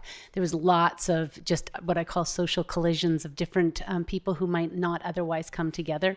And just the community support for the Ski Hill has just been unbelievable for the fact that the main run. I also just want to acknowledge the tremendous effort by the board in getting a provisional pass for the T-bar, which is kind of big news. And of course, everybody cried when it rained last week. So just seeing that kind of energy for something that's a really special asset to this community, but having a board that still keeps that place busy. It's been terrific. And yes, DJ Bill was fantastic. So I've heard that there will be a request for a repeat performance there. I had also attended a working group meeting for the Arts Committee. This is a really great group to work with, and I want to give thanks to Ms. Culp for all of her work and her ideas and for how we're going to promote this. Just to share that there will be a public art community engagement to be planning for public input. So just to read what the poster will say, the District of Clearwater's Public Art Advisory Committee is excited to be planning 2 new murals in our community. We want to help you guide the creative vision. So the event will be held February 16th, 12 to 3 p.m. at Clearwater Secondary School, and will be an opportunity for people to share their vision and also their context of the community in which they live in. So Ms. Culp and the committee members have got some really great ideas where I think it's the 5 senses. I don't know. Anyway, it is a really exciting way to hear from community, to hear that engagement, to hear what Clearwater is to community, and with some really good stations there. I also want to give a shout out to the opening of the new vet clinic happening on Monday, which is really terrific. If you have a chance just to pop in, how they've transformed, a restaurant into now this fantastic business. And I am hoping that maybe the District of Clearwater could send a note of congratulations. That's certainly a really important feature to community. I mean, it ranks up there with that professional recruitment. So we're excited about that. I would suggest for the photos of taking a photo of the gratitude posts and having them included in our annual report. Upcoming is the Love Where You Live Bonspiel this weekend, which should be lots of fun. So thanks to the work of the staff for creating that. And then for the past 2 days, I was at Clearwater Secondary listening to the grade 12 capstone projects and hearing what their plans were for post-secondary. Lots of focus on trades and continuing that relationship between the school, ST73 as a whole, and Thompson Rivers University. What was really interesting is speaking to some of these kids, because we talked about how are you going to get to post-secondary. And the number of kids that spoke about not being able to get their driver's license because of the number of appointments that are coming from outside the community. And although that is nothing we can do on a local level at all, it is something to maybe keep in our hats for how do we transform that system, because here are these kids just not able to. And looking months down the road, and yet that's access to after school jobs, and listening to some of these kids and the conditions under, which they're growing up, and how important it is for them to have their vehicle transportation and to be independent. It really just struck me that this is just something just to flag in our heads for whenever there's the opportunity about that system. Thank you. On that last one, 2 questions, but I'll go on the last one first. Having sort of familiarized myself with that system a little bit, those students, if they're out there listening, or you can feed back to them, there are lots of cancellations in that system. So don't just keep going and checking every week is the recommendation of people that operate those systems, because short-term cancellations for driver's tests come up quite frequently. And yes, I think a lot of people come from out of town because it seems to be the earliest opportunity. But there is definitely, it is harder to pass in Clearwater if you're coming from a big city. So that just to, that's anecdotal. Yeah, and no system's perfect by any stretch. But as we see these pressures, and it just alerted me to sort of some of the challenges, because these aren't kids that can go anywhere else. That's the other challenge. And a lot of them, to your point about last minute cancellations, sometimes they've got to really look hard to get a vehicle that they can take the test in. So there's some different considerations. Anyway, it was an interesting comment, and also how dependent our youth are on winter work just in preparation of their schools. So, and grateful for the local employers who do bring them on. So I think that was it. And then just a question is, with your knowledge, what's the operational likelihood of downhill skiing in the near future? I think that if we get the weather pattern coming in, maybe it's good.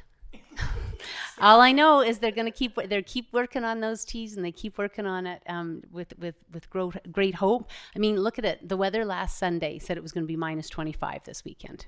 Okay, and now all of a sudden it's changed. Yep. So I think at this stage of the game, anything can happen. So I'm going to say hope keeps the spirit alive. Okay. And a few hundred dump trucks of snow would really help. Okay, thank you. So I think we do need to focus on that. We've got a lot of young skiers, and I will do a shout out to Wells Gray Outfitters, who is making skiing affordable for rentals of $5. So we are seeing, like, I think we saw like 30 kids each day, yes, for the past few weekends coming out and learning a ski and learn a sport that is finally affordable. And whereas outstretching areas it's not, and Harper is even closed. So yeah, thank you. Yeah, lots of great work by various members of the community. A lot of personal and financial sacrifice. Mr. Johnson, I hear you online. Do you have any comments under CAO's report? Nothing to report at this time, Mr. Mayor. Thank you. Thank you.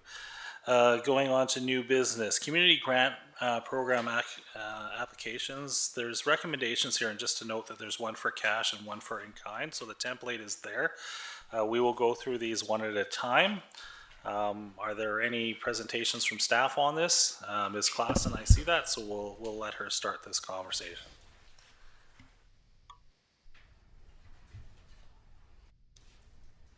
Oh, that's not the one I wanted.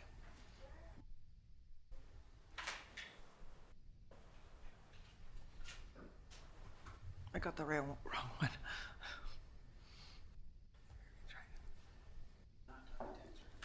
Yeah.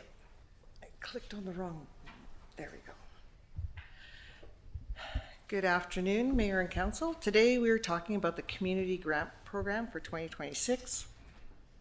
I was going to start the conversation with a few highlights from a new community grant policy, and then move right into the applying the policy. Just as a reminder, there are a few general eligibility requirements that are all the applicants have to meet, and then let's just go through a few of those. First of all, the applicants must be a not-for-profit or charitable or a philanthropic organization. So what that basically means, it is not an individual and it is not a corporation. That is legislation. The applicants must be in good standing with the District of Clearwater bylaws and financial obligations. Practically what that means is perhaps they haven't paid perhaps they would be in good standing for all the utility charges or property taxes or even business licenses. They must demonstrate that they have explored other sources of funding. So if they are asking more than $2,500, they would probably be listing in their application that they have explored other opportunities. They must demonstrate that the activity or project will provide a broad community benefit. So it's not a benefit for one particular group or sector of the community, but it's more of a broad community benefit. They will not be provided to cover ongoing operational costs or deficits. So what this basically means, it's the grant program isn't there to ensure that they can keep the lights on. It's there for projects and things that actually benefit the whole community and not just support the not-for-profit to keep the lights on. So hydro, TELUS, that kind of thing. And they must acknowledge the support of the district. So this is a new eligibility criteria. So once we've provided them with the information or with the finances or the grant, then they would acknowledge the district of that contribution. There are three types of grants. The regular community grant is up to $7,500. The in-kind grant is up to $2,000. This in-kind is basically a non-monetary grant where the district provides district-owned facilities or amenities that for reduced or no cost. And there's large community grants. Large community grants are those that directly align with the council's strategic focus and priorities and have large grants that deliver measurable broad community outcomes and long-term benefits. And because I like spreadsheets, in our new policy we have these categories. We have the regular community grants under $2,500 requested. they need to provide a little bit less. That's what I'm trying to demonstrate with this. If it's between 2,500 and 75, they would have to provide a little bit more. And similar with the large community grants, they would be providing quite a bit more information, more robust financial statements, etc. And also, after when the project is complete, they would provide us with a report.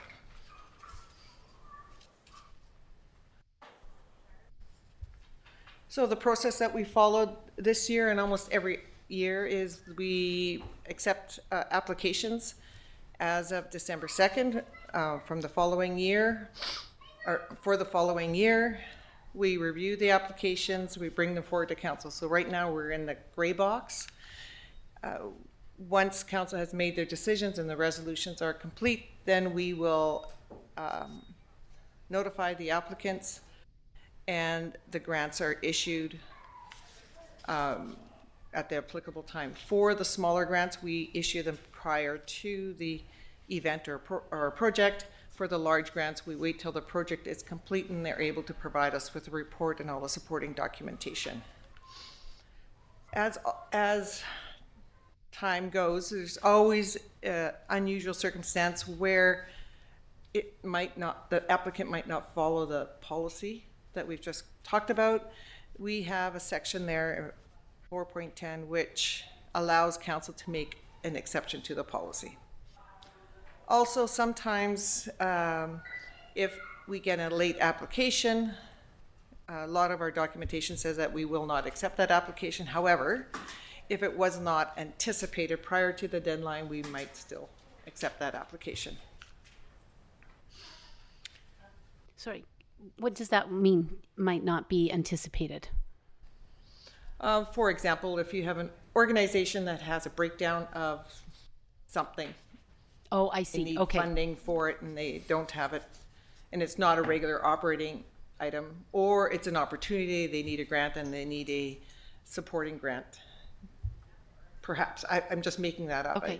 Okay, There thanks. could be circumstances like that. So now it's time to apply our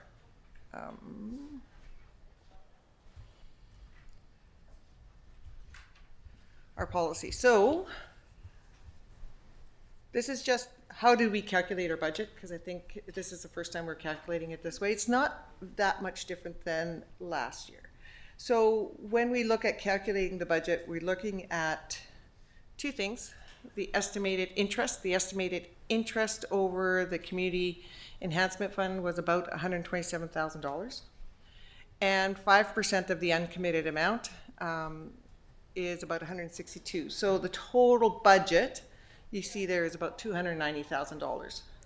Of that, we split it between regular and large. So the regular is coming in at $32,497. So last year, our regular budget was about $33,000. So it's very comparable. And our total applications are about 17,100.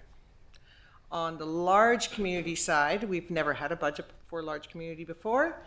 So the way the calculation is, it comes out at $257,810, and today we have one application for $250,000.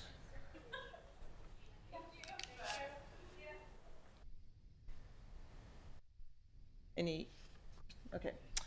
Moving forward, we did in our policy have a evaluation, and I'm hoping council had a look at this when they're reviewing those applications and then trying to weight those for yourselves. But this is what the evaluation was. These are the two resolutions, one for cash and one for in-kind. We'll have one resolution per organization, is what we would prefer. And I would just go through these applicants one at a time. I did put the Clearwater Secondary School as conflicted because I didn't know which side of the would be on, but maybe we'll go through the first four and then go through Clearwater Secondary School and then go through the last three, which would go forward. I think that makes things simplest for the musical chairs we're about to play. The first four are clear of conflict of interest, so Yes. Yeah. Yeah. Had to make Okay. a call. So if we would go forward with the Wells Gray Outdoor Club, they're requesting $700, and that is for Candle Creek half marathon. They requested it every year. I think specifically this is for awards, pottery mugs, awards, things like that. Yeah. May I ask a Yeah, go ahead. So on some of these applications, we saw a date received, and on other ones that we didn't. So the deadline for the applications was when? December 2nd. You, on the page 54 of your package, they have the date received there. The far right column, yeah. Yeah, I wasn't sure, and specifically I'm looking at the Clearwater secondary one because the last page it says it came in January or had that final signature, so I wasn't sure where this all laid. So what happened was an individual requested that grant application. However, it was an individual requesting it. However, it's a Nonprofit. seemed like it was a nonprofit Clearwater Secondary School application. So that's when I kind of confirmed with her that's what it was. So the individual was probably confused about the process? Because it's new. Probably, yes. Okay, so we're gonna start with the Wells Gray Outdoors Club. They're asking for $700. I almost said $700,000. They're asking for $700. And you're saying this is towards trophies, et cetera, awards? Yep. Okay. Discussion. Councilors, I mean, you're right, we should discuss it, but I think I love this event. I think it's grown. I think it's got such great exposure. Councillor Frizzle and I, we volunteered there, I think, since the beginning. And just to see and be able to talk to all of the people that come, it's superb. And what's really nice to see is that the event is growing steam financially. And I think that that's now allowing the organizers to maybe put in some more concrete elements to it that will really perfect itself in the standing of presentation. I know that they've worked really hard to be quite nimble with the budget, but I think now we're seeing where it could actually grow and become, so I'm completely in favor of this. okay, thank you. Further comments?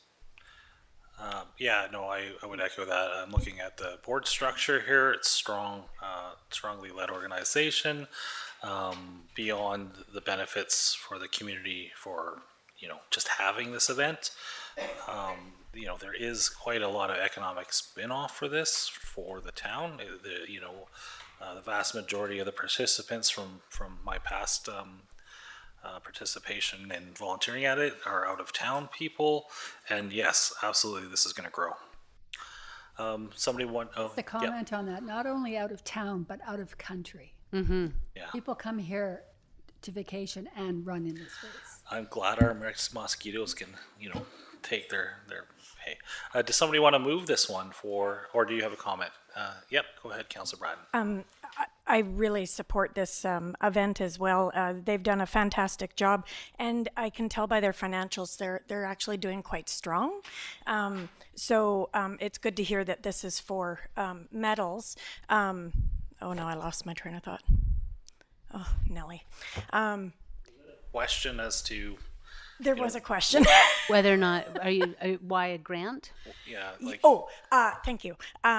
Is there a way for us, so someone puts in, this is actually more of a DOC question, I think. If someone puts in a request for cash, do we have an avenue to suggest possibly in kind or something of that nature that might benefit them more? I don't know. It's this weird task.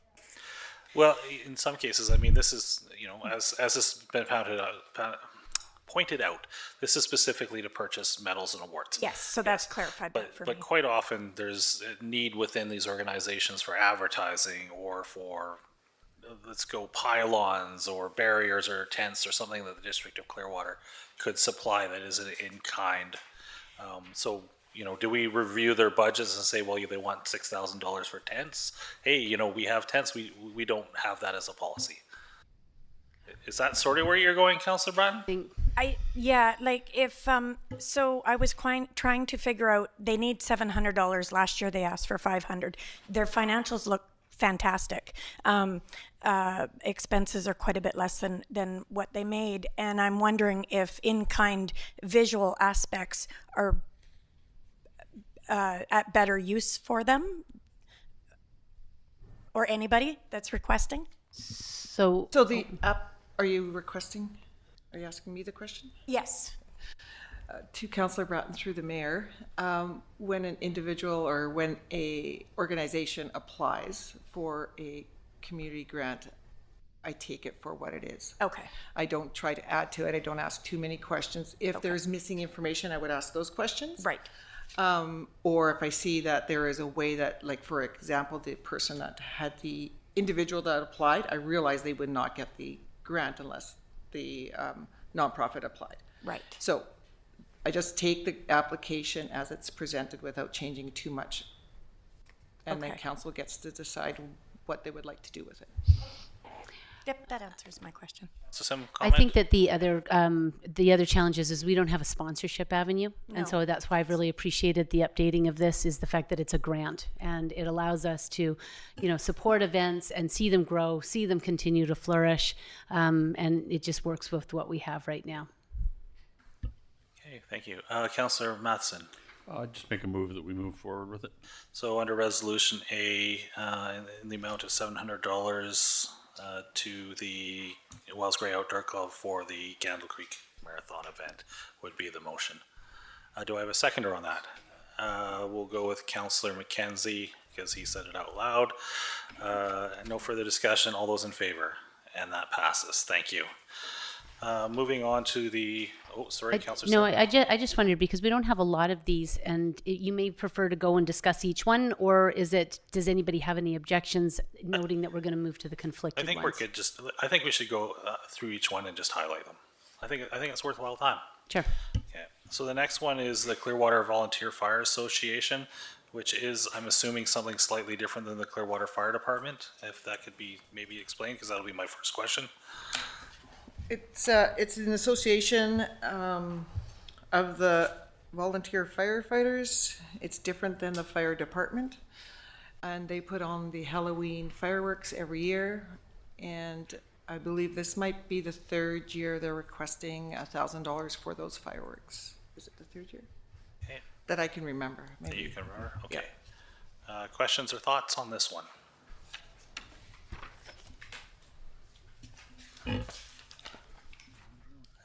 Go ahead, Councillor Herring. Yeah, this one's like a long-standing Clearwater tradition. Super happy to support this one. It's well attended every time. I haven't seen a year yet that parking lot isn't full of a lot of cars. Absolutely. You want to make that as a motion? Yeah, I'll move the motion that we support this. $1,000 society, and you're seconding it, Councillor Matheson? Yep. Okay. Further discussion? If not, all those in favor? That one's passes. Thank you. This one's an interesting one. Upper Clearwater Volunteer Fire Brigade, the Life for Ashes program, a request for $2,500. Discussion? Would you like to speak to this? No? Okay. This is an interesting one because they are not physically inside the District of Clearwater. It doesn't say that. Just to clarify, Ms. Klassen, I think that when we wrote the policy, we actually said it would include Area A communities. Yeah. And to that, I'm not going to move it from the chair, but I actually really like this one. It's a one-year event. They have quite a lot of speakers. The list of things that they're going to be talking about in events, I think, would be fascinating to a huge percentage of the population of Clearwater, or a relatively large percentage of the population of Clearwater. The grant request size is kind of large, but we also fund other things, so I think that's up for debate. Councillor Matheson. Yeah, just noticing on here that there's no other organization donating to this or helping support it other than BC Parks. I'm wondering if they have approached TNRD or Tourism Wells Gray to help support this, rather than all bearing on the cost. So I don't see a breakdown sheet of income or support for it. So I'm just wondering why it's just the District of Clearwater is in support of this, or they're asking us for the financial support. I'm going to let Ms. Glasson's ready to speak If to you that. look to page 69 there is a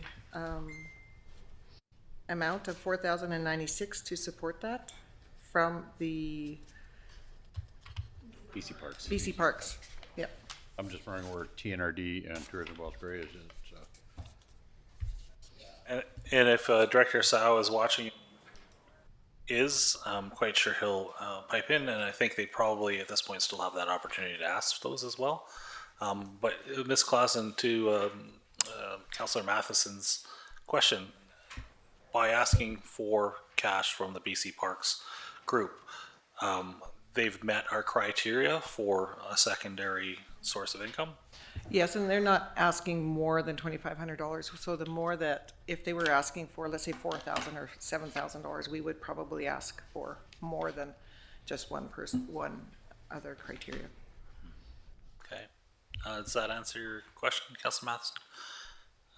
Further questions? Somebody want to move it? Somebody, yeah, go ahead. Do you have a further question, or do you want to move it? Moved by Councillor Bratton, seconded by Councillor Matheson. Any further discussion? If not, all those in favor, and that passes. I'm going to go to half of those. First Responders Dinner, Royal Canadian Legion Branch. Vavenby District Legion Branch 259. Somebody's going to have to explain to me one day why it's the Vavenby branch and it's in Clearwater. I never. There's that. It's always like that, but it's always, I kind of always wondered about that one. Anyways, First Responders Dinner is asking for $500. Comments, thoughts, and they do this every year. This is another regular one. Councillor Bratton. I move. Moved. Thank you. It's a great Seconded event. by Councillor McKenzie. A great cause. All those in favor? Thank you, and that passes. Clearwater Akikai Society, and I think I'll just step out. Thank you. There's the first one.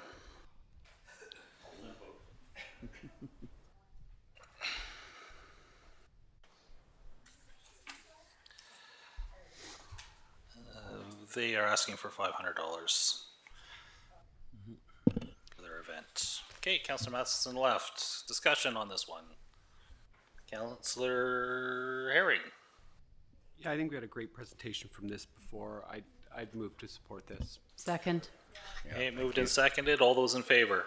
And that passes. Can we get Councillor Matheson back in the room? Done.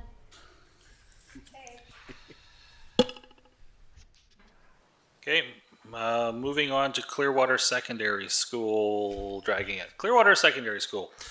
They are asking for $2,100 for Family Day.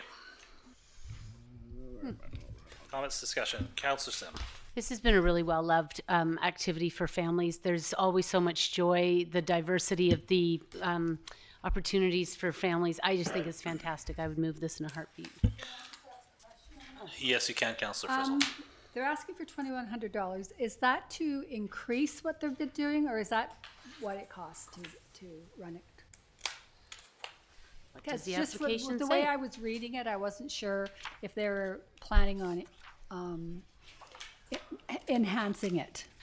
I don't know a lot about it, but I do know from speaking to a couple of people that are going to be there that the increased cost for some of the supplies to expose people has definitely increased some of those costs. Okay. Thank you. Yep, I think this is a great one that's in the middle of winter when there's not a lot of other things generally going on. I like it. Somebody want to move this one and second this I one? moved it. Moved by Councillor Sim, seconded by Councillor Bratton. All those in favor? And that passes. Thank you. Wells Gray Lively Arts Society is on here. Do we have a package from them? No, More of a recap than. that is the yeah, 3 years, so that's the that'll, third that's year. going to continue. So that's just the update. Okay, so I do have a Yell question through the about mic. that. The organization is aware that this is the end of their 3-year funding. okay. I'm not I did not communicate with them this year, but we will. I'm sure they Yeah, did. they should be aware. Do that. So I have Wells Gray Country Senior Society, and that's the last one of the small ones, is that correct? Okay, correct. cool. For Councillor Frizzle to leave the room.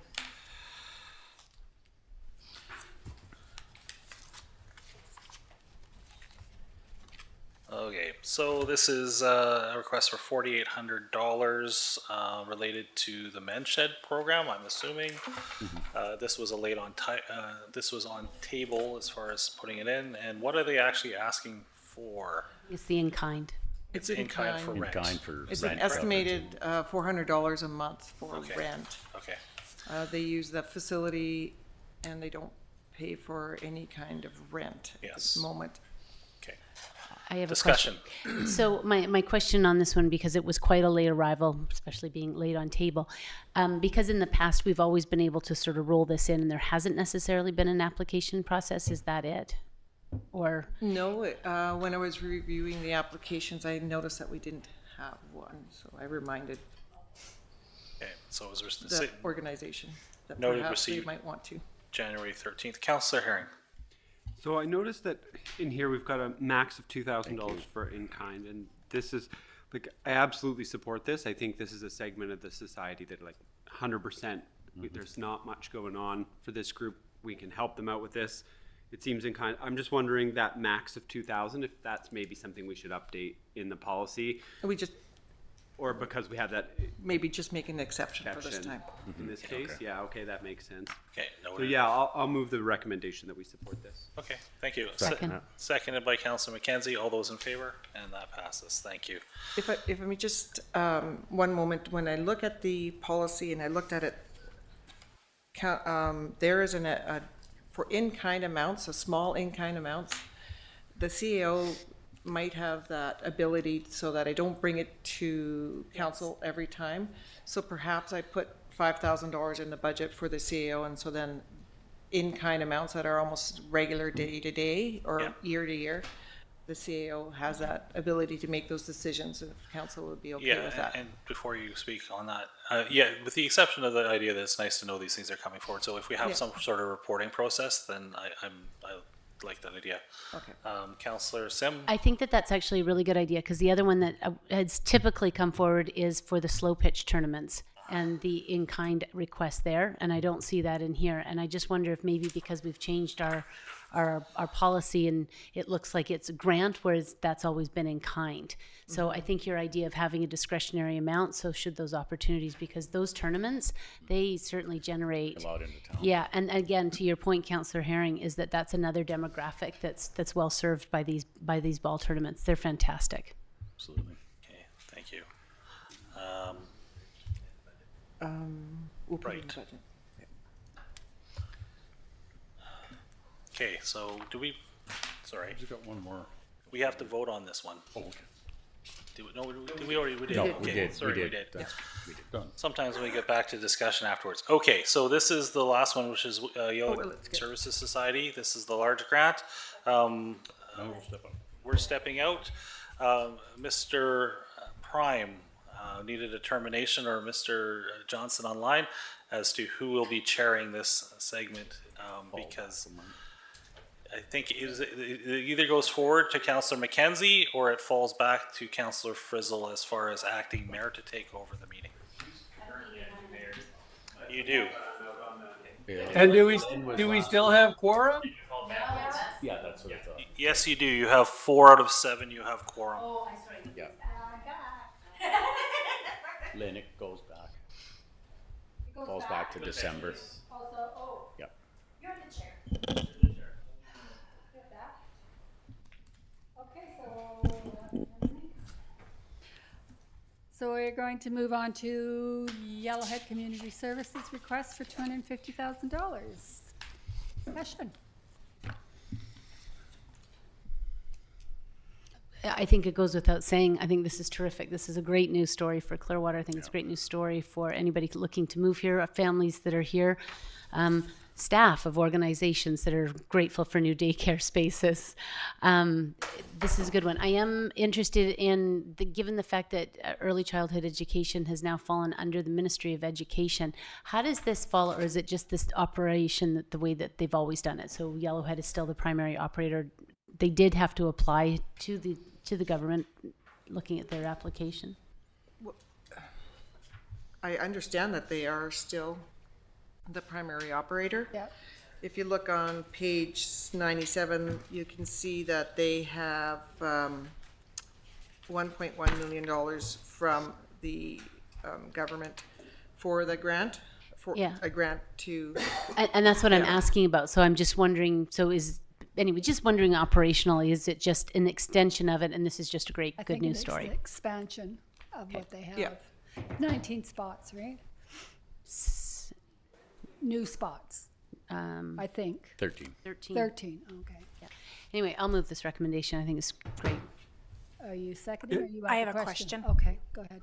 Is it now that I ask it? yeah, well, oh, I didn't know if I heard CA.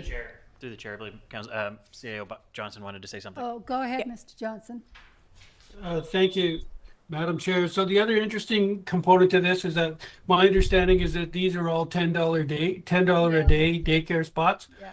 which is of course of tremendous value to the community. Absolutely. Yeah.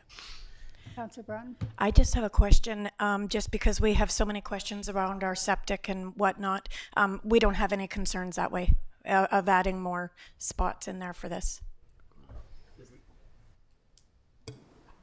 Not enough. Councilor Brown, this is on Park Drive, I imagine, Yeah. near their Yeah. existing facility. Yeah, there's no issues there. No issues? Okay, I just wanted to clarify that, because I'm fully in support of this, but. No. Okay, So so I still we moved have it. a mover, Councillor Sim, a Second seconder. that. Councillor McKenzie, all those in favor?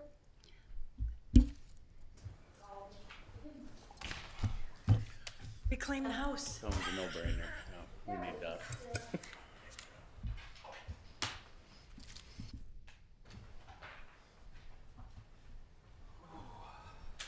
Did the resolution there need to specify the community everything comes from there. But yeah. Thank you, Council Frizzle. I don't know if I want it back, but we can go through that. Thank you. Moving on to item 16.2, 2026 to 2023, or sorry, 2030 financial plan project approvals. And there is a staff report, and I believe Ms. Klassen will be speaking to this. One moment. Transition.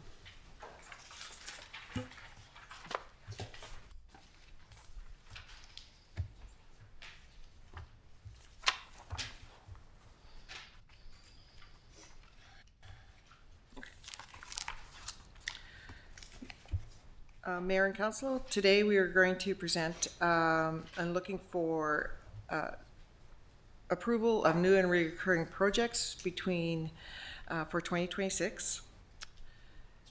In the financial planning cycle, staff are proposing just a minor change to the earlier approval process. Instead of requesting and just picking certain projects, we're asking for or requesting that the list is approved. And we have a few exceptions, and I'll explain why those are exceptions. And the reason or the purpose of requesting earlier approval is so that we can get moving on some of the procurement and get perhaps better cost estimates and be more competitive. The list that we have in front of us is in draft. There are some carry forward projects that we would include at a later date, and they are the security projects that already were approved earlier. The climate action is a special project that will also be carried forward. It's been approved prior in 2025, and the Dutch Lake Corridor project was also approved in 2025 and will be added to the list shortly. However, there are also some new projects that we don't have on the list. They are the mural project for $35,000. We're not asking for approval for that at the moment. And the regatta for about $10,000, and we're not asking for approval for that as well. Just to give you some highlights. For capital projects, this year we're going to have 19 capital projects. Of those 19, 11 are new, which is really good, and 4 are recurring. And we have a few carry forward. Capital projects for 2026 is $6.6 million, mostly funded through grants at 84%. Some through reserves at 14% and surplus at 1%, and donation at 1%. None of these projects will be taxation funded. And for the 5 years, it's about $19.6 million. So those are your capital projects. Your special projects, we have 18 in total. Of that, 12 are new, 2 are recurring, and 4 are carry forward. For 2026, 1.5 is for 2026.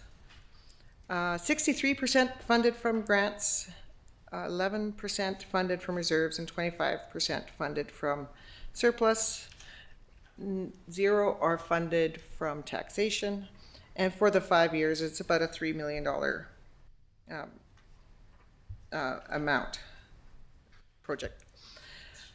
We are, today we are not asking for approval for the dog park or the bike park due to, I think there's still some more work and planning to be done there with council. So we're not asking for approval there yet, quite yet. Park Drive, we're still trying to formulate the funding formula for Park Drive before we bring it back to council for approval. And the roads program, we're also looking, trying to develop a funding and a recommendation for council for the roads program. We're also not approving the zoning bylaw and the initial intake pond maintenance just because of funding, formula questions that we want to work as for staff. So to move forward for council is I thought we would just look at page 115 of your package, and we could either go line by line and just make sure council is happy with those projects, if they have any questions about them, and move forward that way. Okay, council have questions, comments. Councillor Herring, go ahead. Before we go through the project list, I just want to confirm that my understanding is right. So with this list, this is what's going to go into the plan, and we will have an opportunity at some point where it comes back and it's like, oh, this list has whatever caused a tax increase that's too high for what we're comfortable with, so we have time to adjust the plan after. This is just what we're improving in, including in the planning process, not what's finally approved, correct? What we're requesting is an approval of the project so that we can go forward and procure. So yes, it's in the plan, but it's also done. It's going to be procured so staff can go out and ask for quotes and things like that. None of these will be impacting taxation because they will be either grants or reserves or surplus. It doesn't say once it goes up for procurement you can say no, but if it's over $100,000, it comes to the table anyways. Okay, so Makes sense this to you? is the final approval. Gotcha. Yeah. Thank you. This is so we can hit the ground running. We're anticipating that, yes. Yeah. Okay. Further questions, comments? Councillor Sim. So when it says in the type, and we've got reserves, grant tax, anyway, that one doesn't count. How do we know which grants are confirmed grants or which are hopeful grants? We can tell you that. Okay. I just wonder if that's not important because we've heard there's going to be 19 new projects, but what if there's no grants that are approved or if they been written? So I'm just trying to get the status, like what is actual grants that we've got the money and what money will be coming and what are we hoping for? And yeah, we can go through that. Just reviewing it, the Medevac helipad, we just talked about that grant, so obviously we don't know that outcome quite yet. The fire grants from UBCM, we don't know the outcome of those. But they've been applied for. They've been applied for. Okay, and I think that's what I'm just trying to get is the status of the grant, like whether they're going to be pursued, they've applied, or they've been confirmed. Of all these grants, have either been applied for or confirmed. Okay, that's actually really helpful, so. Okay. Any further questions? Okay. If you would like to go for specifics of the list, please go ahead. So yeah, a couple questions. I noticed that on page 2 of the list under the capital projects, we've got Strawberry Flats, PRV, and Clearwater Valley Supply Main both listing debt as sources there. Is that debt we're gonna go for immediately, or is that yet to be determined? That's yet to be determined. Just wanted to clarify for council, I don't know if I've made it clear, is that we're just looking for 2026 approval. Oh, those are later. Yeah, 2026, yes. Well, thank you So for I didn't- clarifying that. That's Yeah, it would be a lot quicker if I could just go through and I just say. Sure, let's do that. Let's just go through. The columbarium cemetery upgrades, it is a combination of reserves and general surplus. It's about $100,000 and it's scheduled for 2026. Annual computer replacement is coming from the IT reserve. This is having a little bit of a bump this year due to server replacement and. I can speak to this Go one if ahead, you like. yeah. Sorry, Yeah. just And the next one. yes. I don't know if anyone follows any tech news. However, RAM prices, which is a sort of key component in servers and computer prices, there's a huge shortage of it due to the AI data center boom. It's absolutely phenomenal how much some of these prices have gone up. So that's where you see sort of a bit of an increase in our costs there. I think from one quote to the next, it was over 50% higher just based on RAM prices alone. So that's why you do see a bit of a bump there. As far as the next project there, just the Medevac helipad, that grant application is in. I think the actual final dollar value there is slightly higher, but not by much, as we discussed at the last meeting. And we're just waiting to hear on that grant application. Okay. Moving down the list, the next item we have there is a Sportsplex backup boiler. This is a new project. It's was a late entry. Perhaps Roger Mayer might give us some insight into that. The Sportsplex is primarily heated by the biomass for most of the building, however, and we have backup boilers. One of those backup boilers has failed, and it cannot, the remaining one cannot keep up. If the biomass is down and the weather's cold, we cannot keep the building warm. Okay. Thank you. Okay. The next one is Chad Park concrete replacement. This was on the 2025 list. We've carried it forward, and it's going to be funded from general surplus. The bike park and the dog park, council and staff have to do a little bit more work on that, so we're going to not ask for approval right at this moment. Hold on a sec though. Oh, Linda, I need to speak to that one. Yep, Okay. go ahead, Mr. Johnson. Thank you. So the dog park and the bike park are both in the same situation. Council last year, as you will recall, directed staff to go out there, do some public engagement on that. We did quite a fulsome public engagement process around both of those amenities. The numbers that you see are reflective of what we feel that those parks can be built for. That's not necessarily with all the bells and whistles in the bike park. I think there was some components of that presentation where we thought could be phased, but we could build it for those areas. However, since that time of basically that approval, we've gone out and we purchased a piece of land down by the river, and the question is floated out there in the community of, well, what do we want to do with this new 40-acre parcel that we bought down by the river? And that's the old mill site that I'm talking about, with no direction given from council of, do we want to consider the dog park or the bike park or both down in that area? So what I would like to find is, or get some clarification from council of how you would like to proceed. Proceed as we earlier planned, which would be up in Weyerhaeuser Pioneer Park, or start a conversation in the community about relocating one or both of those assets down to to Old Sawmill site. Thank you for that. Thoughts on that one? Or I guess we're going to have that conversation later. We'll have that conversation later. That's why they're not part of this approval, among other things. Okay. Thank you for those comments, Mr. Johnson. Yep.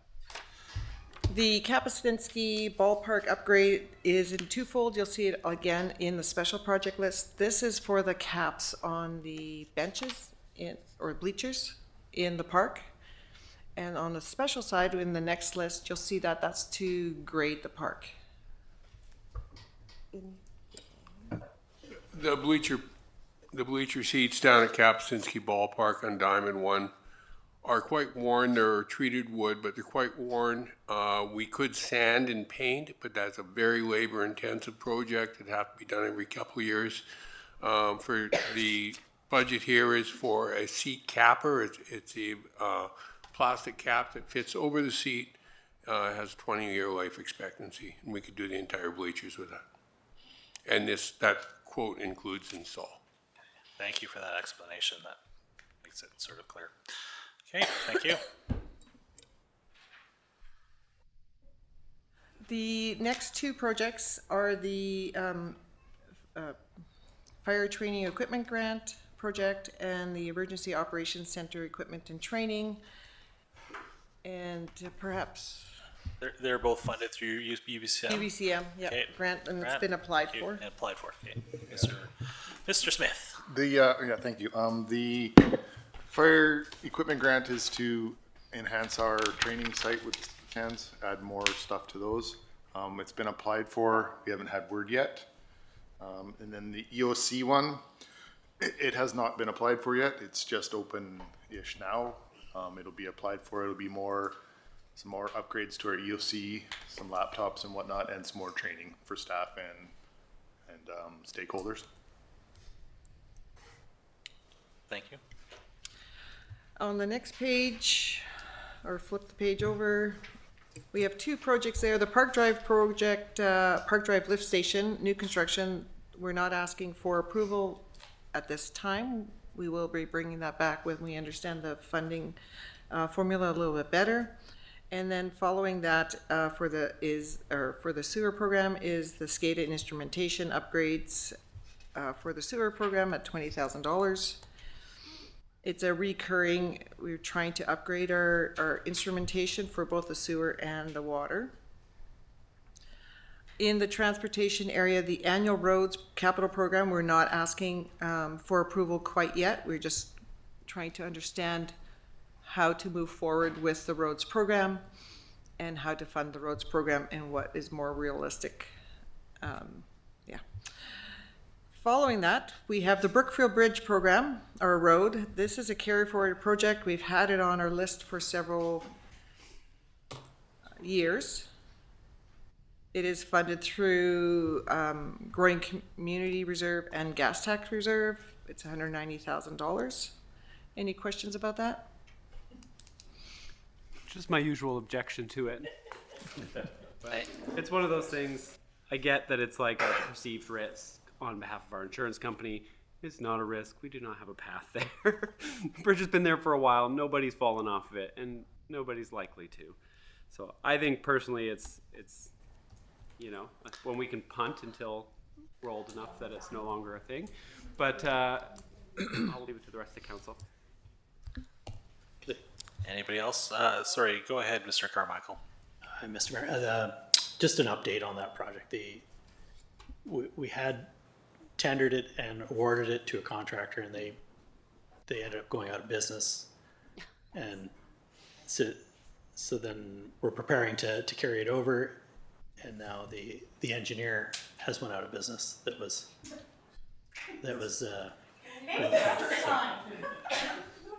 so now we're at square one. Okay, so this is the beginning of potentially punting down the road a couple more times, depending on how things go.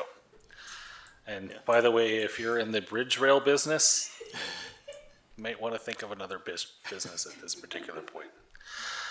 Okay, well, we'll leave that one alone for now because I have no comment. Anyways, roadway Clearwater River Bridge riprap replacement. That's the next one, Yes, and we know all about that one, and we're continuing to work on Yep. that one. Okay. it's all grant funded. Okay. Public Works is requesting a new mower for $10,000. It's out of general surplus. Did you want to expand on the mower? Oh, those are the same ones as the last one. Just okay. Oh, yeah, so this is to purchase a zero-turn mower for Kapustinsky Park, and right now we're using the Toolcat, which works well, but we find that we need to use it for multiple things at the same time, and we're kind of fighting over where to use it, so that would free up a lot of time for it. Okay.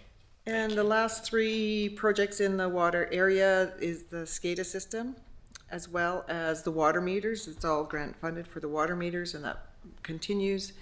And the Clearwater Valley Supply Main, now this is a new project. It's going to be a combination of grant reserves and debt once we move through it, and we've applied for that grant.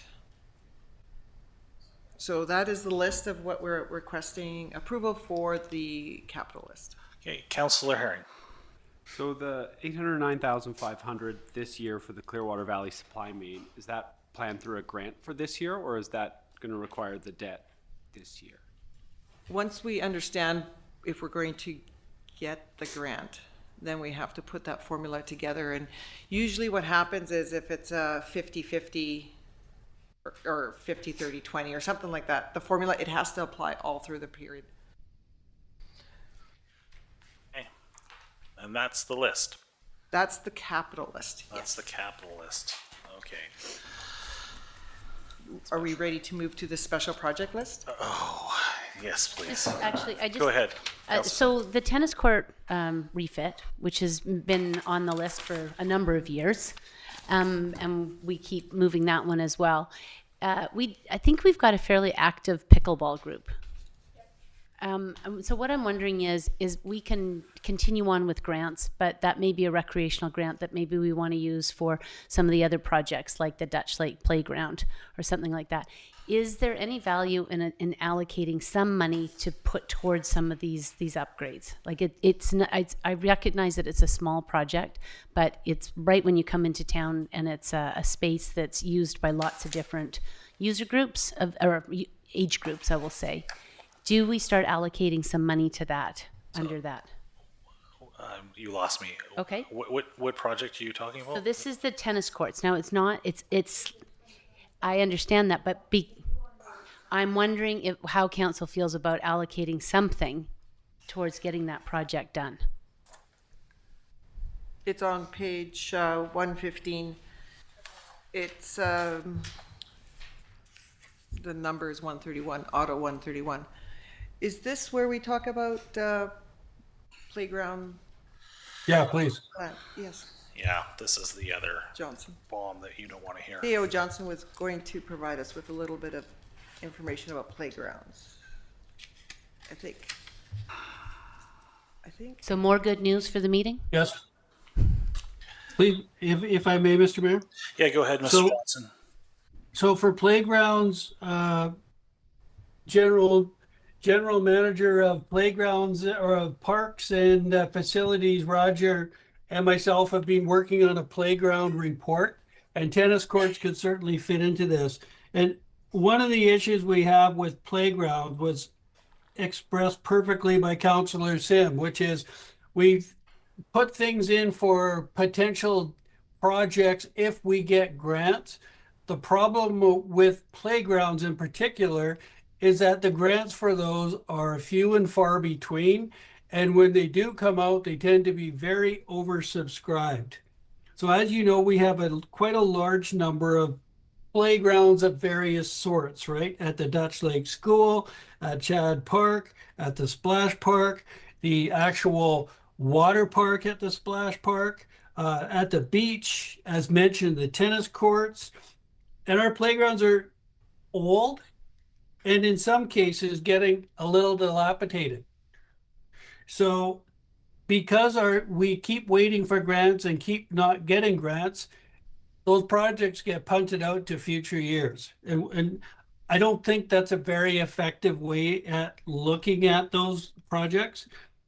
So it creates a couple of issues. It creates potential issues around loss of facilities if you end up in a situation where your facilities, you have to shut them down for whatever reason, and potentially could create safety issues as well.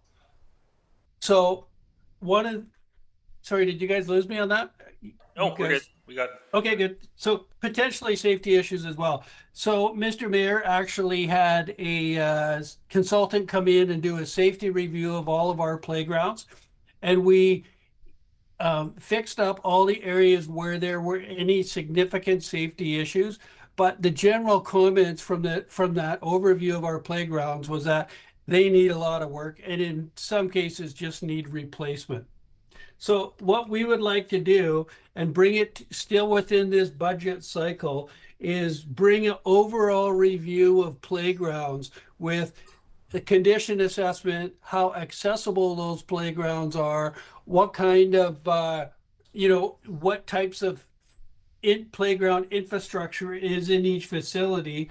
And hopefully we get towards a point then where once we look at that, we can put a financing plan in front of those and say, okay, for council, maybe it's as Councillor Sim would suggest, we put X amount a year into playground specific and we tick off one playground a year, or if it's a big one, maybe we wait a couple of years between playgrounds, but so that we actually take motion on these and they're not just sitting there kind of as orphaned assets.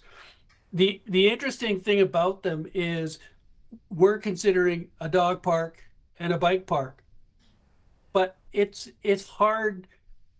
It's hard to consider spending funding on those, even though it's a separate funding request, if we can't maintain our existing playgrounds, right? It gets challenging, and I think members of the public might say, "What are you doing? Maintain what you have first." So that's what we would like to do in an upcoming council meeting very soon. An exciting report to council about our playgrounds. And we'll include the tennis courts in that conversion over to pickleball so that we can have that discussion and where that funding is going to come from. Yeah. Okay. Thank you for that. Any questions to Mr. Johnson on that? Noting, go ahead, Mr. Mayor. Sorry, if I could add a little bit to that. So the playground at the community center here, of course, is owned by the school. So whether or not we invest money in that is a discussion. Possibly the school would contribute as well. The one at the Splash Park, playgrounds generally have a 20 to 25 year life, and that playground's 28 years old. And what's happening with it, when it was inspected this year, there was 71 safety infractions in that playground. And the plastic breakdown, the vinyl features break down in the weather. All the wood is worn out, and we replaced lost wood. Some of it's not replaceable. And it also, because it's so old, it doesn't meet necessarily the safety standards of today. The other big problem with those playgrounds, this one and the Splash Park, is they've got that pea gravel base with a wood perimeter. The wood is completely rotted out. That's dangerous. We tried to patch it together. We could make $30,000 worth of repairs in that playground, but we've still got a 28-year-old playground. Thank you. And note, and you sort of hit this on this a little bit, but all playgrounds for public use are CSA approved. Is that right? So we're not just going to make a playground. If you want a set of swings, it has to be a CSA approved set of swings, and that is not the thing that you buy at Canadian Tire. That is a monumentally, exponentially more expensive thing. Correct? Yes. And also the swings at the playground were homemade by a community welder. Okay, thank you. I didn't need to know that, unfortunately. Go ahead, Councillor Herring. Are we allowed to use gas tax on playgrounds? I would have to check. That's a great question. Yeah. Because I found $190,000 in gas tax. That would buy you most of a set of swings, if I remember correctly. But I love the idea. But it's almost actually a really interesting point is that the number of users for the safety and yet we are looking at a project where there's really no access. So I think that this is one of the things that people are raising their eyebrows at, you know, where's the sense and sensibility of what's actually needed. And I will say that for the resurfacing is once you start getting those cracks in there, it actually does pose a danger for tripping features as well. So I'm glad to hear that the tennis courts will be included in that. Okay, thank you. I have no idea where we are. We're still in special projects. We just started special projects, Okay, thank you. but we had a question regarding playgrounds, so we had a just a Went little back bit to of regular segment of, projects. Okay. talking about capital playgrounds. projects. Okay, thank So you. moving forward on the special projects, page 117, we have, starting with corporate services, we have just the basic engineering. This is engineering, about $50,000 worth is to apply, to prepare projects to apply for grants. Earlier, a few years ago, we weren't too successful with our projects and grants, and so this is just preparing the pre-engineering required to get the grants. Secondly, is the website renewal project. This is on the list for 2026. Everybody probably agrees that the website needs a little bit of polishing. The third project is the Infrastructure Master Plan Update Readiness. So this is the grant that we applied for a few weeks ago. It's from the Strategic Priorities Fund for $300,000. This is to ensure that we are, or to identify what things we need to do to be ready for our infrastructure if the mine were to come through the District of Clearwater. DLCC leasehold improvement design. This is for $25,000. Is for this DLCC evaluating the space of the DLCC for our staff to make sure that we have enough room for everybody and how to, if there is any renovation, how to do that. Any questions? Okay. Any questions so far? Councillor Sim. Can you just remind me where we're at with our asset management plan? I know it's not on here, but I'm just wondering where that is because it seems that there's maybe some parallel. So if you look at infrastructure sustainability plan sewer, that's way down at the bottom of the page, 196 and 195. So those are, I just had to split them up. So that is the portion of the asset management plan that council has requested that we look into to make sure we have the infrastructure required in the future and the fees related to those, what that should be.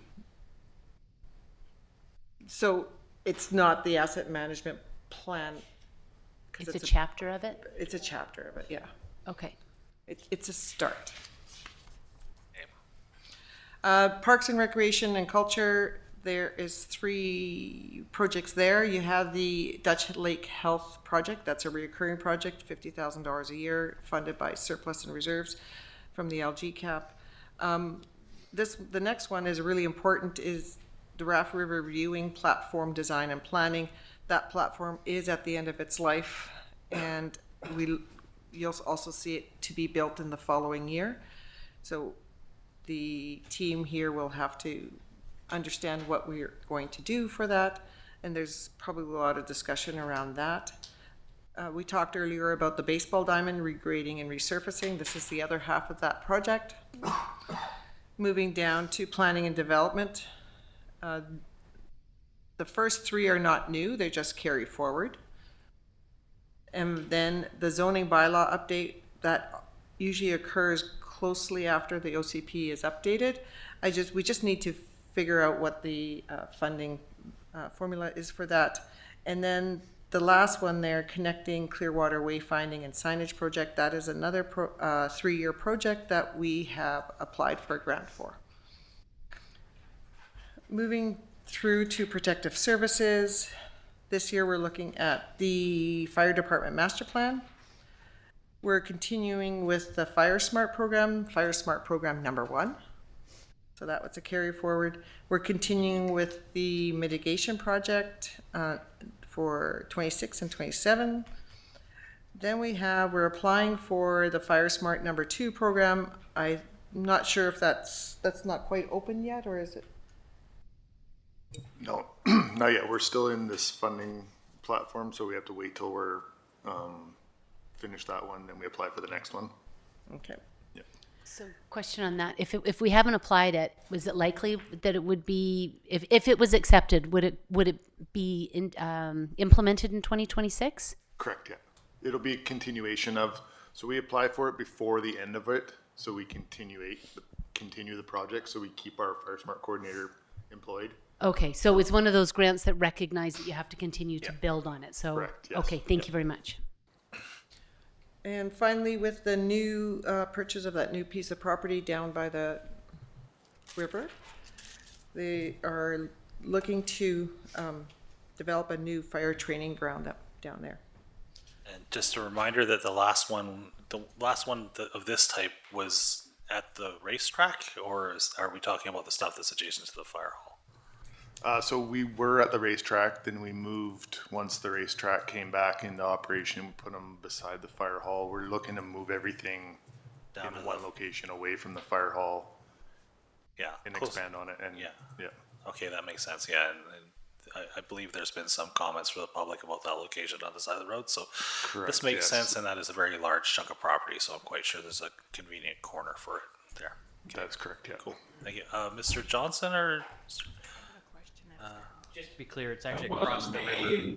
Oh, sorry, that's correct. It is across the river. Yeah. So when we did acquire and Mr. Johnson will speak to this, I think, when we did acquire the property at the old CTP site, we also were given a piece of property across the river next to the CN yard, and that is where you're going to move this. So there is basically no, other than CN, who makes its own smells, noises, and everything else, there is no direct neighbors to that, and that is that chunk of property there. Further comments, Mr. Johnson? There's not only no direct neighbors there, but it's actually serviced by water over there, which makes it great for the training ground, right? So. Yeah, there's a fire hydrant right on that piece of property there. So. Yeah. Okay. Go ahead, Councillor Bratton.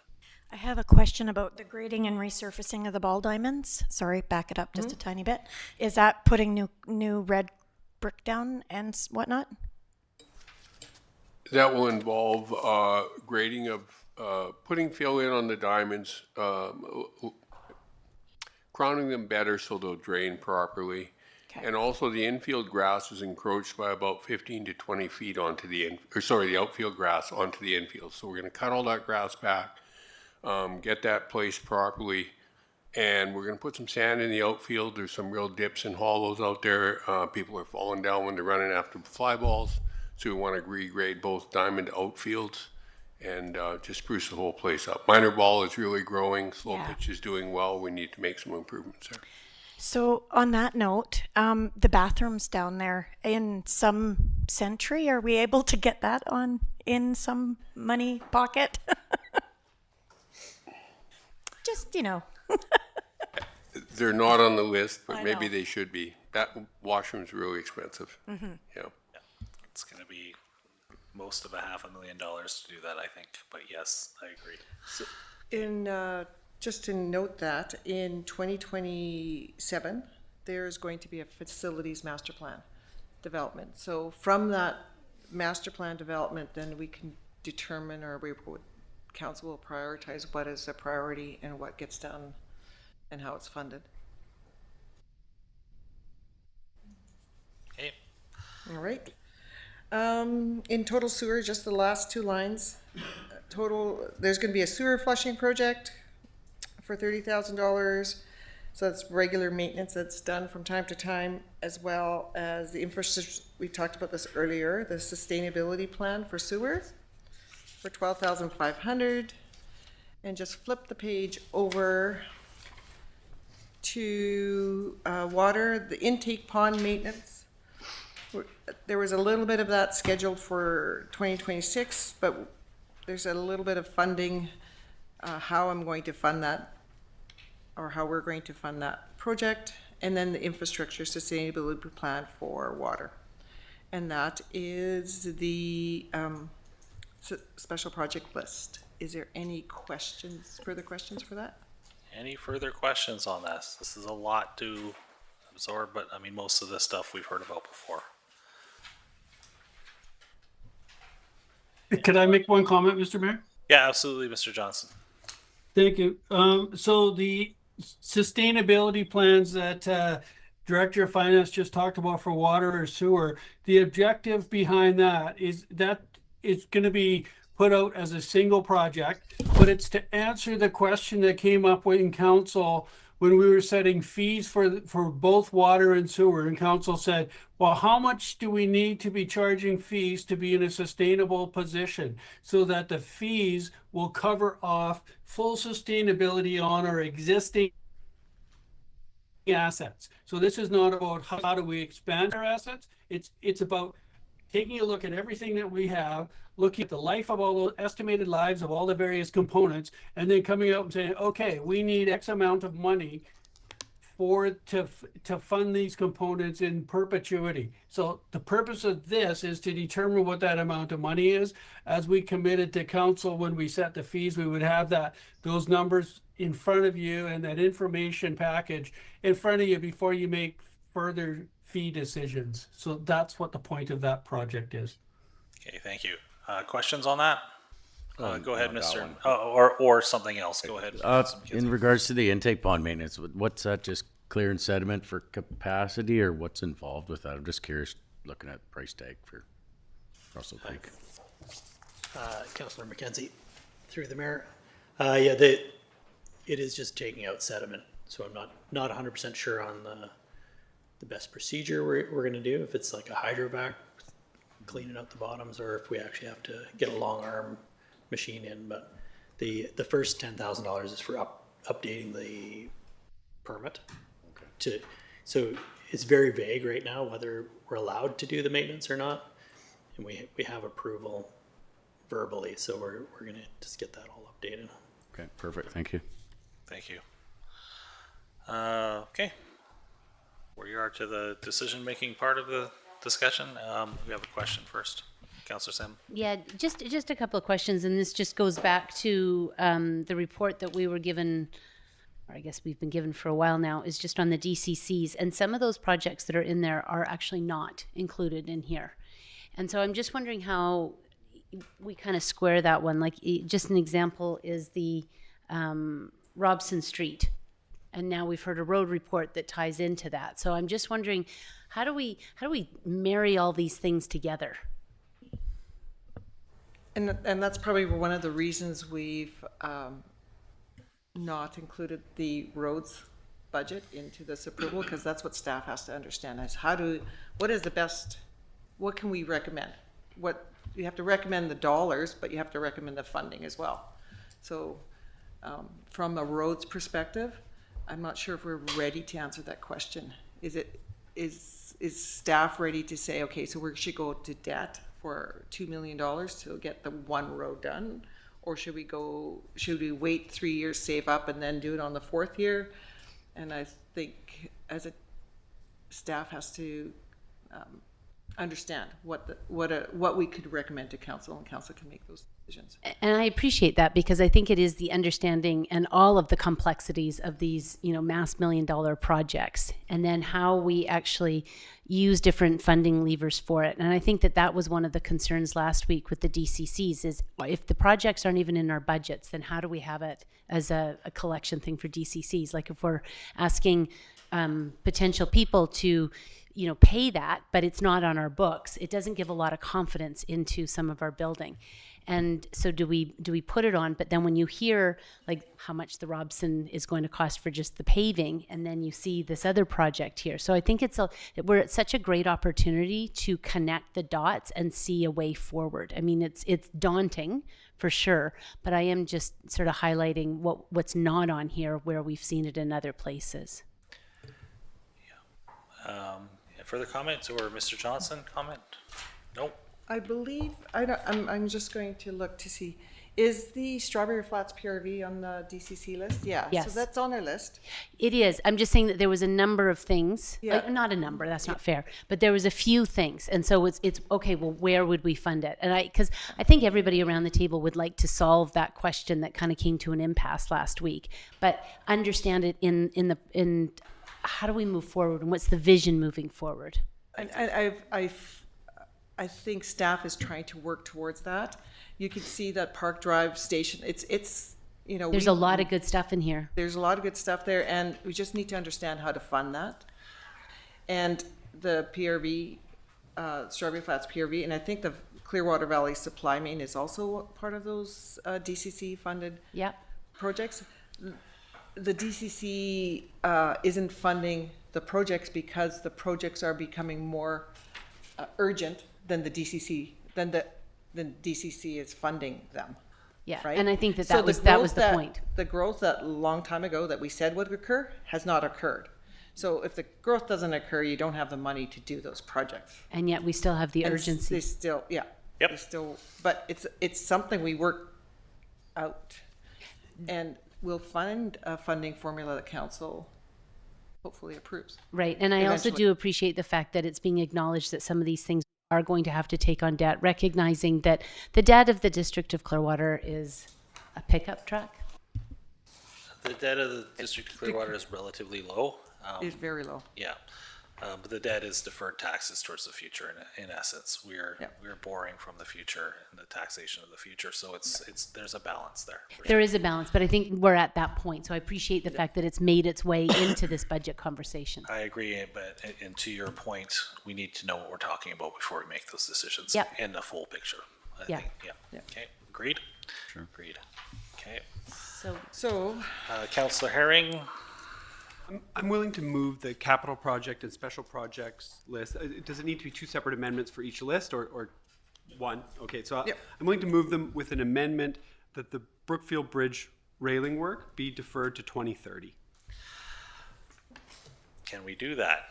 Because that's a risk management thing.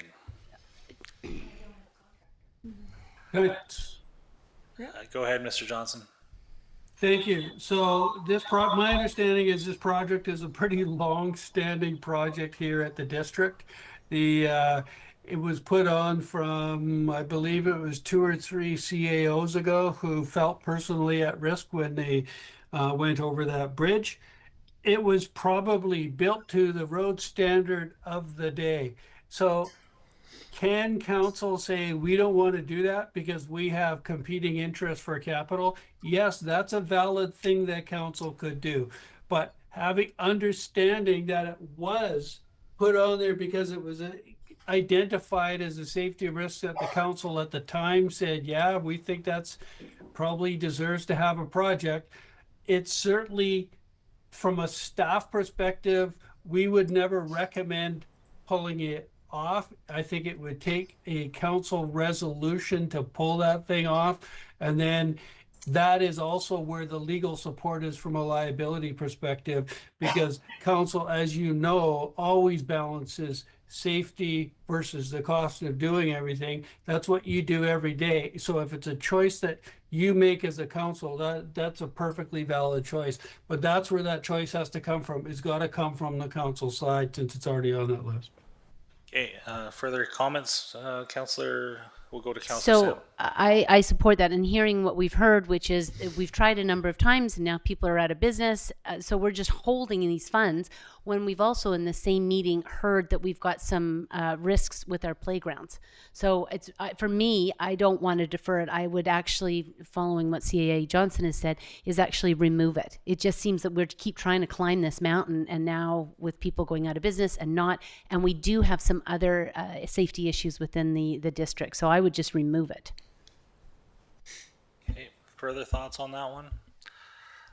I mean, we're still not eliminating the risk as identified and unfortunately put to our legal team. I'm okay with you moving that for now. I think it'll come back to us in the future, in the near future, one way or another. But at this particular moment, if your desire as council is to focus more on things like playgrounds and that sort of thing, you can move that motion if you would like. Do I have a second? So maybe just the motion is just to remove the project. I'd Or- like or to did start with defer to you wanna defer? 2030. It's a gift to future councils. I don't. Noting full well that does, you can say that, but it doesn't actually mean that it will be deferred to 2030. Any council at any time can bring it back and put it back on the thing. We can't, you know, the next council starts, and I had the dates. Just give me a second. Is it down to the second? No, we're at 271 days till the next election, just to let you know. So in 272 days or slightly in after the swearing of that council could make things go the other way. So what are you proposing here? I'm proposing defer to 2030. Okay, but approve the rest of the list, defer that one item to 2030. Do I have a seconder on that? Okay, seconded by Councillor Bratt. Further discussion? All those in favor? I'm okay with that. We'll move forward if that has passed unanimously. Okay. And thank you to all staff for the work on this. This is, you know, for a very small number of pages, this was an enormous amount of work. And there are a lot of signs in this showing the direction that we need to be going in as far as understanding the big picture. And once again, state that we need to have that big picture days here in the near future once more parts come in here. Moving on to 16.3, this is an on-table report. Sim First Nation SRG Raft River request. I think Mr. Johnson or Mr. Prime will explain this to us, somebody, because this one... Thank you, Mr. Mayor. Yeah, go ahead whenever you're ready. Thank you, Mr. Mayor. So we received the request, what's in front of you, from Alex Tarek, who's a fisheries biologist for SIMF, and Tina Donald, who's a fisheries manager for SIMF. And what the request is that we allow them to construct a piece of fence line on our property. There's a little road which dead ends at Raft River. There used to be a bridge there. They would like to build a fence on both sides of that road to keep motorized vehicles out of the river. So the concern that they've had is that they've had a number of reports over the years, and some of them are quite old, I guess, some of the reports, but of motor vehicles, four-wheel drives, and quads going into the river. And that's a particularly sensitive area for salmon. It's close to the SIMF run has a salmon rearing channel right in that location. So what they've asked for is permission from us to build that fence line on both sides. You'll note that on the river side of the property, there's 3 pedestrian accesses, which they plan to maintain, so it's still open to the public. The public can go down there. I understand people swim down there, or they go down there to watch the fish go by or whatever. So the request is that we would allow them to do that construction. They will pick up the full construction costs, SIMF will, and it's through some type of a grant program, I believe, with TMX, but the full cost of the construction and the full maintenance cost moving forward. So there's absolutely should be no cost to the district to do that. It improves their environmentally sensitive area, just better safeguards, improves the outcomes for the salmon in the salmon rearing channel.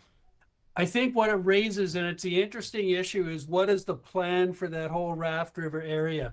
When we were back earlier in this meeting, we talked briefly about the Raft River viewing platform, which is really, really on its last legs. This may be the last year of it. It is in fundamentally terrible condition. So I've mentioned to these folks to start the conversation up the chain about, is there potentially a project where, or some type of a joint project possibly, where we look at replacement of that of the viewing platform there. I believe this is a great project to move forward just because it's of no cost to us and it allows us to work effectively with the SIMF Nation. Any questions on that? I'm going to draw your attention to the first photo in this package here, the one wrapped with the Forest Service logo on the top of it. In case you didn't know, that top property and why we're having this discussion is a DOC property. We have one more extra chunk of land here. Yeah, that was news to me. There's always another thing here. So if you're looking at this big photo here, that KP 29198 is another district chunk of property. Go ahead, Councillor Bryan. Do we, and I may have missed this, the type of fencing that they're going to put in, is it wood, is it metal, is it orange fencing? My understanding is it's like a heavy page wire type fencing. And it's going to be professionally installed. And I don't know if it's on wooden posts or steel posts. I don't know that answer, but it is a heavy duty fence that's supposed to last for years. And like I did mention, they will be responsible for maintaining that fencing moving forward. Yeah, for sure. Okay, thank you. Thank you. Okay, so what we need here, correct me if I'm wrong, Mr. Johnson, is a motion to approve or move forward with this for the Sim First Nation. Yes, and the way to move forward on this one is we'll draft up a little, some type of an agreement, whether that's a license of occupation or some type of an agreement. So the motion should include that the mayor and CAO be authorized to sign that agreement as well. Okay, so would somebody like to move that motion? And sorry, further, if I can Councillor, just Mr. Prime? refine that resolution a bit. Just wording would be that council approve the proposed fencing and riparian habitat conservation project proposed by Sim Resource Group, and that council approve the CAO and mayor to execute the documents and agreement as required. Well, that's really nice and clean. Somebody want to move in second? Moved by Councillor Frizzle, seconded by Councillor McKenzie. Further discussion? Seeing none, all those in favor, and that passes. That is item 16 completed. Nothing under bylaw, nothing under response requested. Correspondence, there is a letter from the District of Highlands. Yes, that is a municipality in BC. Another one on Bill 216. Okay. No notices of motion. Comments from the public? Annabelle, go ahead. When is that Clearwater River Bridge going to be started? Because it was supposed to be started in 2025, 2026. You go down there and you can see it's winding. You're talking about the bridge right here. Yeah, no, it's over there. We had some redesign issues with that, and some issues with archaeological assessment plans for that. So my understanding, and Mr. Carmichael can nod or tell me I'm wrong, is we're aiming for next winter. And we needed a longer time frame to do it. That was our big problem, was we needed multiple months of low water to do that. Is that? That's correct, yeah. That's correct. Okay, cool. Okay, any further questions, comments? Mr. Councilor Matheson, did you, anything? Yeah, I just had a quick comment. I meant to mention it earlier, and I'm not sure if it's too late now or not, but with the Wellsbury Lively Art Society, with this being the last year that we've got their 3-year term, I'm wondering if we could ask them to come in and give us an overview of what they have accomplished and what they have done to further their financing, and with a view of getting ahead of the conversation before next year, because I really believe in supporting them, and I'd like a little more information from them before we get to that stage. Just a thought. Yeah, thank you. I think we can leave that to staff, and I'm sure that's part of the reporting process, but yeah, I think you're right on that. Okay, seeing nothing further, motion to adjourn. Thank you, and we are done for the day. Thank you, everyone.